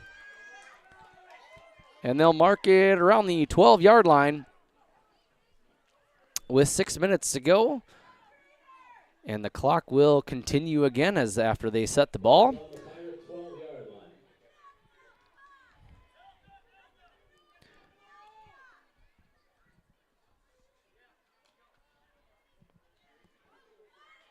As the Bulldogs break the huddle. And they walk slowly up to the line, trying to burn a little time with 10 seconds left on the play clock here. Hoisted takes it and pitches it back out to Trainer, who will bring the ball. He might have lost about a yard or so on the play, maybe 2 yards. So we'll call it 2nd and 12.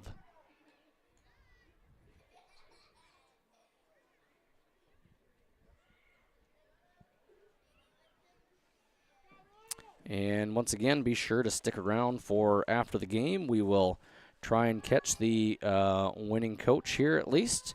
And we'll also announce the play of the game as well as the player of the game.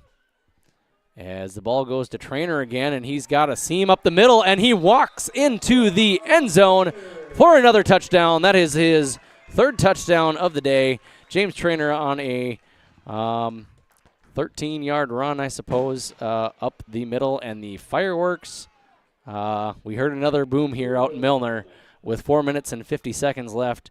Trainer puts another one in the end zone for the Bulldogs, and it is 55-32. And the Bulldogs will line up for a 2-point conversion in an I formation with one receiver to the right. Hoisted will hand the ball back over to Trainer, and Trainer will get in for the 2-point conversion, bringing the lead up by 2 more points as it is 57-32. Sargent County on top of the Hankinson Pirates with 4 minutes and 50 seconds left to go in this ball game. By the Sargent Central School District, or find the Sargent Central Dollars for Scholars page on Facebook. Wallach Johnson Insurance is your friendly neighborhood team of qualified insurance professionals celebrating over 40 years of service. As an experienced independent insurance agency, they have access to highly rated insurance companies and can shop around to find you an affordable solution for farm, crop, business, home, and auto insurance. Visit them at one of their locations in Lisbon, Winter, or Rutland and get a free quote started today. For more information, go to nd-insure.com. Every Wednesday night at 7, watch the YourLiveEvent.com Coaches Show presented by the Hillsborough Economic Development Corporation. Stay up to date with the latest goings-on in the region, as we'll hear from area coaches in North Dakota and Minnesota. Plus, we'll highlight area high school seniors and their achievements in the classroom and on the court with our Senior Spotlight. That's the YourLiveEvent.com Coaches Show presented by the Hills. And Jimmy Benson ready to kick the ball off here for the Bulldogs back to the Pirates. And that's a nice deep ball kick. And it looks like Huberg does field it and is able to make one man miss before the Bulldogs are able to take him down right around the 25-yard line in Pirate territory with 4 minutes and 43 seconds left to go of the contest. Once again, stick around for the post-game show. We will announce score updates as we get them coming in and review the scores here of tonight's game here at Gaynor Field, and also announce the player of the game as well as the play of the game. And the Pirates are spread out again, 3 to the right, 2 to the left. Earl takes the snap, goes around the right side, and goes just over the head of Bowl.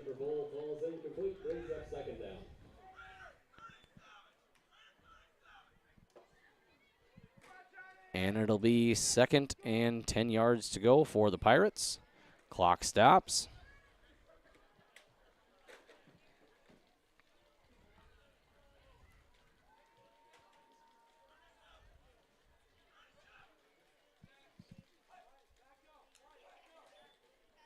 Earl takes a snap. Oh, and he is hammered by Luke Martinson, the defensive end on the right side. And he is sacked for a loss of about 5, we'll call it 5 yards here on the play, a long 5 yards, maybe 6 even. And the ball is placed just inside the 20-yard line with the clock rolling. Earl takes the snap, and the Bulldogs are applying pressure again, and Martinson is right there again. And diving for the catch is to Bowl, and he is not able to hang on to it. It was a bit short for him. Wasn't able to see with the Bulldog players here off on the sideline, but the pass did go incomplete.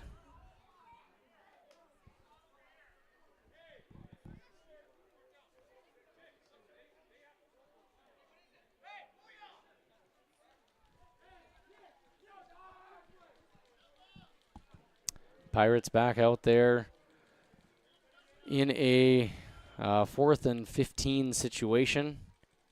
And they take a direct snap to Huberg. Huberg goes around the right side and is able to pick up some yards on the play, but not good enough for a first down. And the Bulldogs will take over on downs deep inside the Hankinson Pirate territory at around the 25-yard line.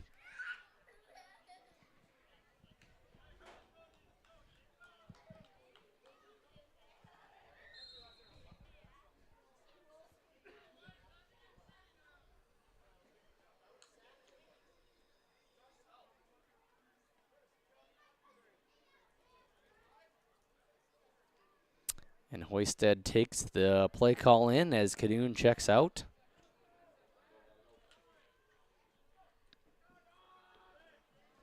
And the Bulldogs with a running back. And that's Peyton Berg. He loses the ball, and the Pirates are able to pick that ball up. And that's Maidenwald on the grab there. Oakley Maidenwald after Peyton Berg kind of lost control of the ball there after it was pitched over to him. And the Pirates will take back over with 3 minutes and 55 seconds left to go in this game.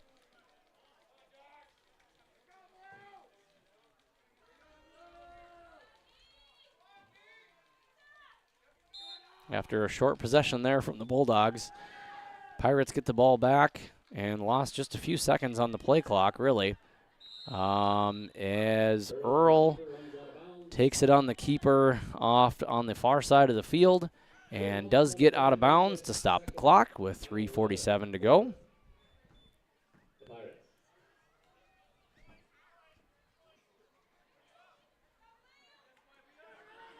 And he might have lost about a half yard on the play.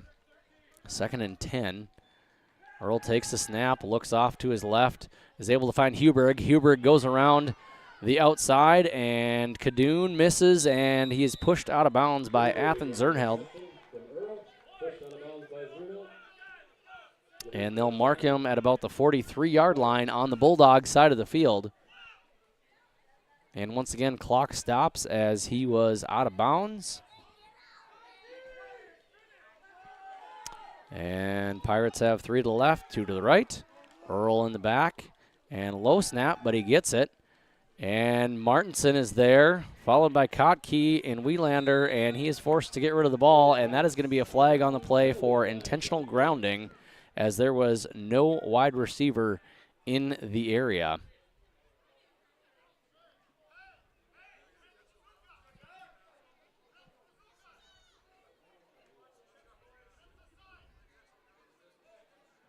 And intentional grounding typically is a loss of down. Intentional grounding on the Pirates. And it'll be 2nd down and 15 to go, as they, that is a 5-yard penalty on the offense.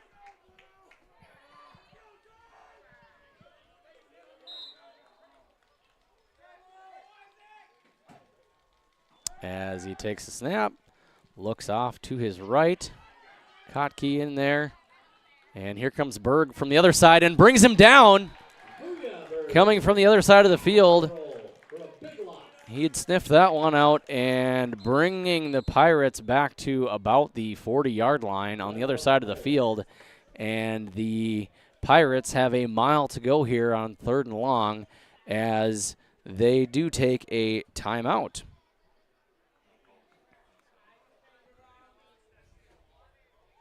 Once again, our timeouts are brought to you by Bank North. At Bank North, they take community to heart, helping their customers achieve their financial goals while supporting and improving the great rural communities that they serve. They're more than just a bank. Bank North is a community partner that you can always count on. It's value-based banking. To learn more, visit ibanknorth.com. Member FDIC, equal housing lender.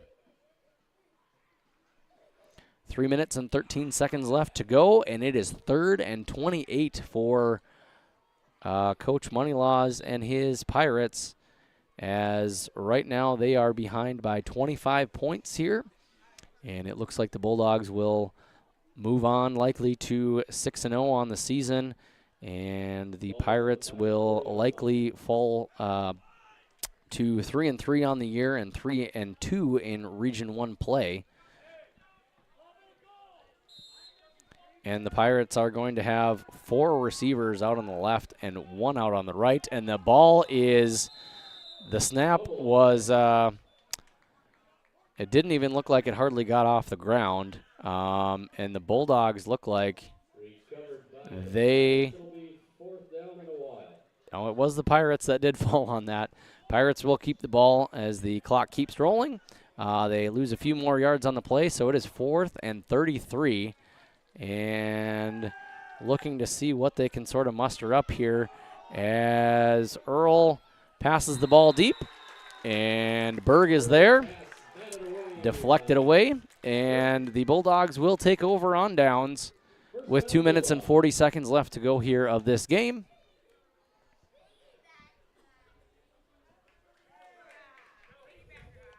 Looking at the games here on the schedule for both of these two teams, next week the Bulldogs are going to travel.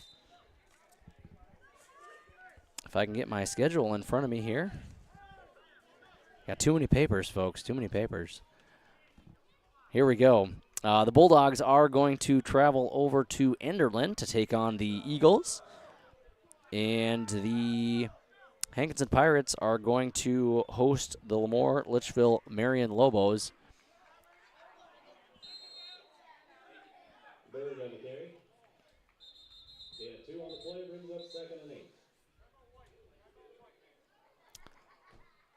And the Pirates do take another timeout here with 2 minutes and 30 seconds to go. We'll be back after a few words from our sponsors. Corporation, Wednesday nights at 7 on yourliveevent.com. In Hope, North Dakota, we aren't just a town, we're a community, one that you can be proud of, where you and your family can grow.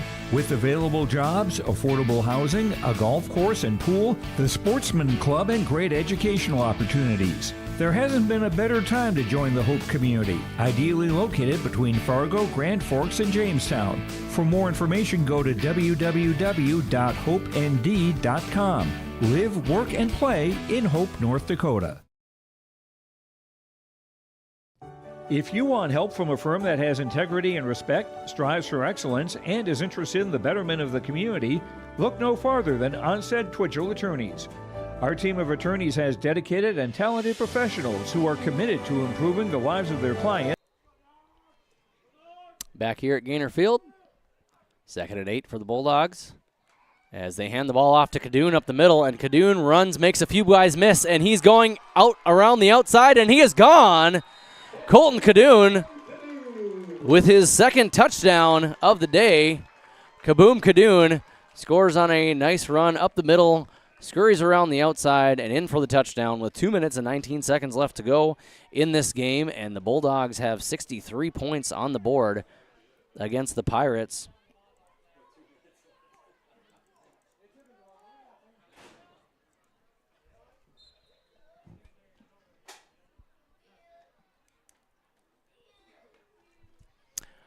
First touchdown by Cadoon was a short one. This one was long. And they were able to punch in. Looks like they're going for 2. And they hand the ball off to Athens Zernheld.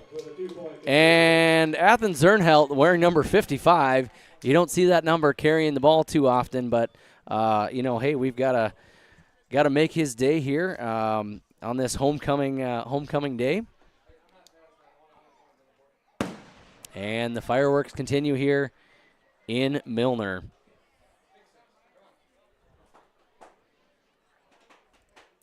Your score with 2 minutes and 16 seconds left to go. Sargent County Bulldogs 65, Hankinson Pirates 32. Legal solutions with integrity and excellence. We have offices in West Fargo, Hillsborough, Maddox, Page, and Castleton. Or visit our website, www.onsteadlaw.com. The Milner Public School District has a long history of academic, artistic, and athletic achievement and is proud of the programs and education environment offered. A fully accredited educational system, Milner Public School District operates 2 separate school buildings, including Sundale Colony School. Over 85%, that's right, 85% of the graduates of Milner High School attend some form of post-secondary educational institution. You can find more information. Benson on the kickoff. And that one goes deep down the middle. Huberg fumbles the ball a little bit. He's able to pick it back up. And they will start on about the 25-yard line.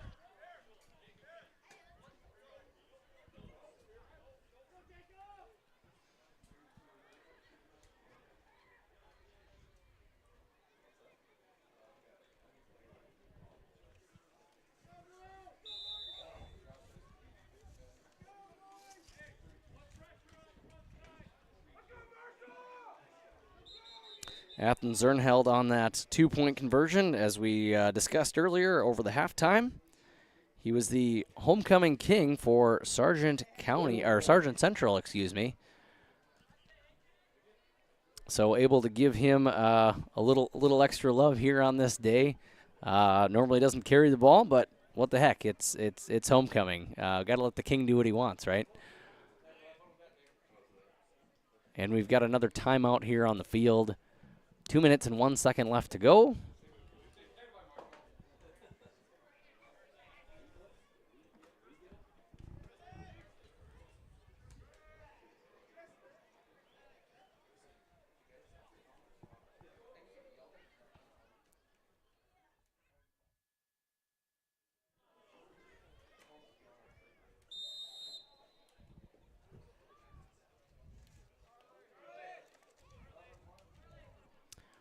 Once again, stick around for after the game here. We'll announce the Energy Player of the Game, brought to you by Enbridge. Life takes energy. Enbridge. Energy for life. Visit enbridge.com for career opportunities. And we will also go over the Precision Play of the Game, brought to you by RDK Enterprises. RDK Enterprises of Hillsborough and Drayton for precision planning updates, information, or questions. Call RDK Enterprises in Hillsborough or Drayton at 701-636-2119 or visit planterdoc.com. That's planterdoc.com. RDK Enterprises is here to help you. As a fumble on the play brings the ball back even farther, the Pirates have a 2nd and 22 to go. with 3 minutes and 36 seconds and rolling on the clock.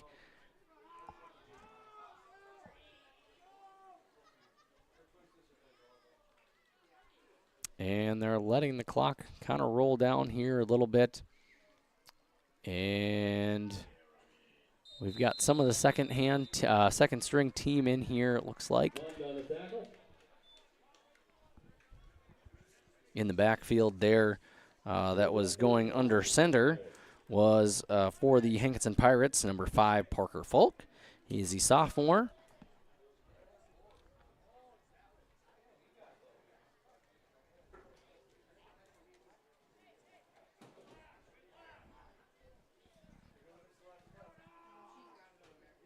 And they've got a couple of receivers to the left. We've got 47 seconds and rolling here on the clock.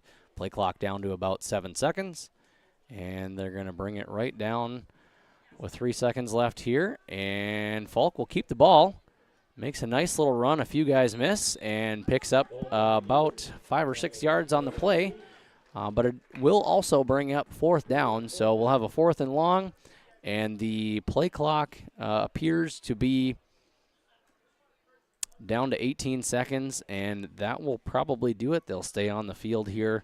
We won't need another snap, and that should end this game.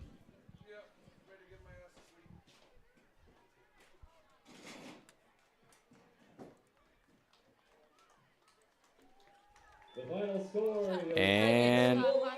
And the final score, as the clock winds down, Sargent County 65, Hankinson Pirates 32. We'll be back in just a minute. District online at milner.k12.nd.us. I'm Darian Bitts. I'm confident on and off the field. And when it's time for college, I'm confident Bank of North Dakota will help me make good student loan decisions. Visit bnd.nd.gov/confident. I'm Doug Gray. I'm confident during the performance and when it's time for college. I'm confident Bank of North Dakota will help me make good student loan decisions. Visit bnd.nd.gov/confident. The Bison Booster Club, an organization that is rooted in their support of the activities within the Milner Public School District and the City of Milner. They pride themselves on their community involvement in local donations to area projects and sponsorships to help make their community a pleasant place to reside. If you have any questions or are interested in becoming a Booster Club member, you can check out the Bison Booster Club on Facebook or talk with any of the existing members. The Bison Booster Club, helping make their community a better place to live.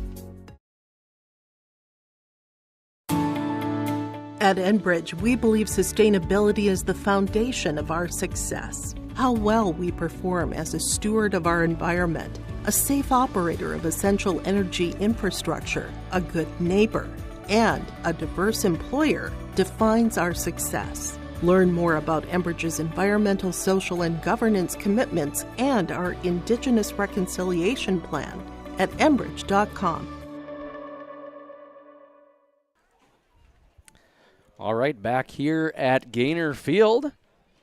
It's about 9:50 p.m. and the game just wrapped up. Your final score, Sargent County Bulldogs 65, the visiting Hankinson Pirates 32. So this game started out interesting here. We have, in the first quarter, the Bulldogs had initially gotten the ball and were set to get the ball, I should say. And an onside kick happened, and the Pirates ended up with the ball. And just a matter of a couple plays in, James Traynor picked the ball off for about a 75-yard touchdown, and the point after by Bjarne Benson was good to put the Bulldogs up 7-0. A couple minutes later, James Traynor took it into the end zone again, giving them a 13-0 lead in the first quarter. And with about 35 seconds to go, Pirates came back on a deep pass to Hubrigg from Earl, and that put 6 points on the board for them at 6-13. In the second quarter, the Bulldogs fought back here, drove the ball downfield, and Colton Cadoon went in for a 2-yard touchdown. and a pass from Wittich was a pass to Wittich, I should say, was completed, bringing the score to 21-6. A couple minutes later, the Bulldogs had the ball back in their territory. Martinson took the direct snap and ran in for a 3-yard score, putting them up 27-6. And Pirates got the ball back. Huberg made a nice catch for about 80 yards going down the left side of the near side of the field, giving them 14 points. Bulldogs came back. Wittich had a catch from Hoisted for about 12 yards, and Wittich got the ball back again on the 2-point conversion. Bulldogs scored again with Hoisted having a run up the middle, and the extra 2-point conversion was no good there. And then a couple of back-to-back scores, I should say, from Earl to Andrew Jean. A couple of long pass plays there. Put the Pirates back up on the board for 2 touchdowns there, bringing it 26-41 at one point.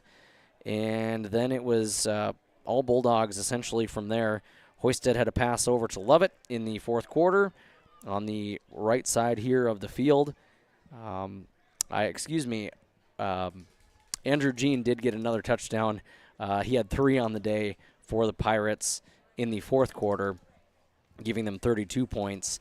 And then Trainer had a run for 13 yards for a touchdown. And then with 2 minutes to go, Colton Cadoon had about a 30-yard run into the end zone, giving us our final score. And to cap it off, I guess Athens Zernheld had a 2-point conversion successful to make the score 65-32 here in Milner, as the Bulldogs advance to 6-0 on the season and 5-0 in Region 1 play. And the Hankinson Pirates fall to a 3-3 record and 3-2 in Region 1 football. A few other scores to update you on here tonight that are final in 9-man football in North Dakota. Maple River defeats Hatton Northwood 38-20. Wyndmere Lidgerwood beat Enderlin 67-6. And North Prairie came down to Lemoore and beat the Lobos 56-34. Richardson Taylor Hebron barely squeaks out over Beach at 26-20. North Star over North Border 46-14.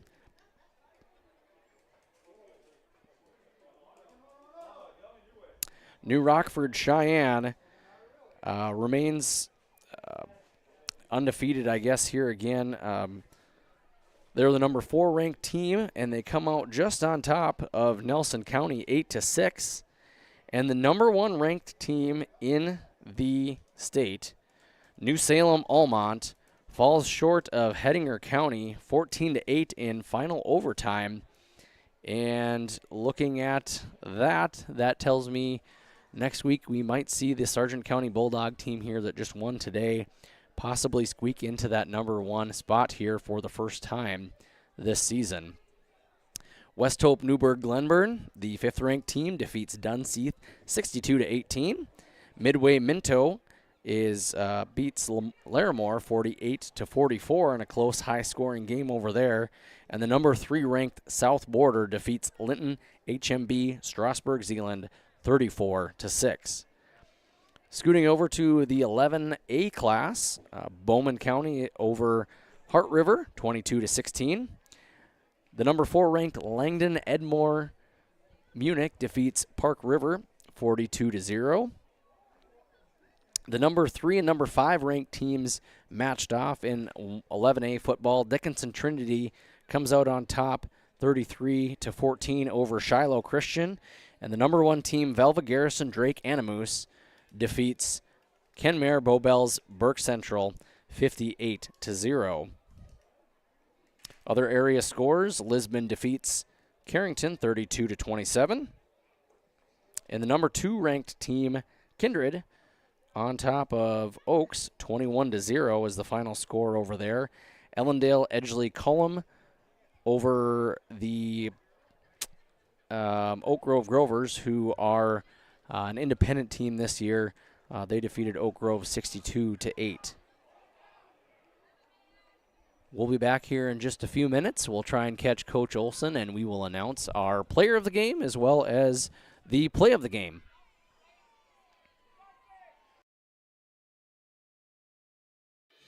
Let's get real. Get ready for a place that's big enough to grow and small enough to care. The University of Minnesota Crookston offers more than 35 majors, minors, and certificates. Earn a University of Minnesota degree, where you can make a difference in a close-knit community. Faculty become friends, and friends feel like family. You don't need a big city, just big dreams. The University of Minnesota Crookston. Real, hands-on, and will get you ready for anything. Honesty, loyalty, integrity. At Bank North, we've remained true to these values for generations. They shape the way we do business, work with customers, and support our communities. We've been here for more than a century, helping people grow farms and businesses, finance homes, and pursue their dreams. It's values-based banking, and it's all about working together to strengthen the common threads that bind us together. Bank North, always true. The Milner Public School District has a long history of academic, artistic, and athletic achievement and is proud of the programs and education environment offered. A fully accredited educational system, Milner Public School District operates 2 separate school buildings, including Sundale Colony School. Over 85%, that's right, 85% of the graduates of Milner High School attend some form of post-secondary educational institution. You can find more information on the Milner Public School District online at milner.k12.nd.us. Milner Grain understands that agriculture is your livelihood, and we're committed to providing you with the highest quality of services to meet your farming needs. Milner Grain has a passion for our community and the farmers we serve. Milner Grain is locally owned and operated, plus has extended harvest hours. When you're looking for a partner in the field, look to Milner Grain. Call 701-427-5284 or check out Milner Grain's app with current up-to-date prices. Milner Grain is here to help you and your farm grow. A game without a crowd is just a scrimmage. A performance without an audience is just a rehearsal. Without your presence, high school sports and All right, back here at Gaynor Field after a 65-32 victory for the Sargent County Bulldogs over the Hankinson Pirates. We have our winning head coach joining us here, Eric Olson. Eric, how are we feeling? Homecoming is over, Bryce. I am thankful for that. Yep. You know, our guys played hard, but there was a lot of mistakes made out on the field. I don't want to be that Debbie Downer, but we found that we got some work to do on certain things. But I mean, the effort was there. We just made some mistakes and missed some communication issues. Give Hankinson credit. Rayshawn Earl, did he make some plays, and yep. The receivers made plays when they had the opportunity, and so they get a lot of credit for that, and they had us running in circles defensively. So, but yeah, homecoming is over. That's what I'm thankful for. There you go. Well, the good news is we made some mistakes. You got a week to kind of look at them, see what we can do right, correct those, and we've got another tough game here on the schedule next week for you, as we look forward to Enderlin traveling up there. And what are your thoughts going into that game? I know you just got done with this one, but what are some things that you know you need to do here tonight to come away strong again next week? Yeah, just communicating with each other. That's where there was a couple times where we were, we thought we were in one coverage and we were actually in another coverage, just in pass coverage, and just not doing our assignments when we're supposed to. So just learning from those. That's the best thing that, with our mistakes that we made, they're all correctable mistakes. Just watch, get to the film and watch and learn from them.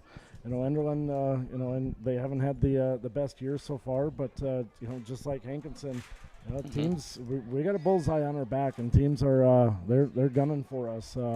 So Hankinson, they played very, very well, and credit to them, and that's what we're going to continue to get every week. Absolutely. You come after a big win over Wyndmere, and like you mentioned earlier this week, Coach, guys were getting a little beat up after it, right? I mean, they took some hits. Fortunately, no serious injuries. These guys played you tough as well. We'll have to get back to the grind here next week and move on with it. So we've got a couple of good news points, right? Number one, homecoming week's done for you, and number two, we won. So you are exactly right. And number three, you get to go to bed soon. Right? We talked about it. We said, you know what? I'd rather win ugly than lose pretty. There you go. So that's yep. Homecoming is over. The kids can enjoy this over the weekend, and we can start learning next week and work on our mistakes. Very good. Well, I appreciate it, Coach. I'll let you get to bed. Appreciate it. Deer Stand's calling us in the morning. Yeah, there you go. Well, good luck with that as well, everybody. Coach Eric Olson for the Sargent County Bulldogs, who have moved on to 6-0 on the season. We'll be back here in just a minute. Possible. Ensure that these essential extracurricular activities continue to enrich the lives of students in North Dakota. Purchase a ticket to your local high school's game or performance. This message presented by the NDHSAA and the North Dakota Interscholastic Athletic Administrators Association. R&J Broadcasting Incorporated is hiring a full-time play-by-play sports announcer and broadcast sales representative. Duties include selling advertising time for radio, digital, video streaming, and regional cable TV. Play-by-play responsibilities include live play-by-play of local sporting events for radio, video streaming, and regional cable TV broadcasts. Wage plus talent and commission pay structure with full-time benefits package offered. For more information or to apply, email apply@rjbroadcasting.com. That's apply@rjbroadcasting.com.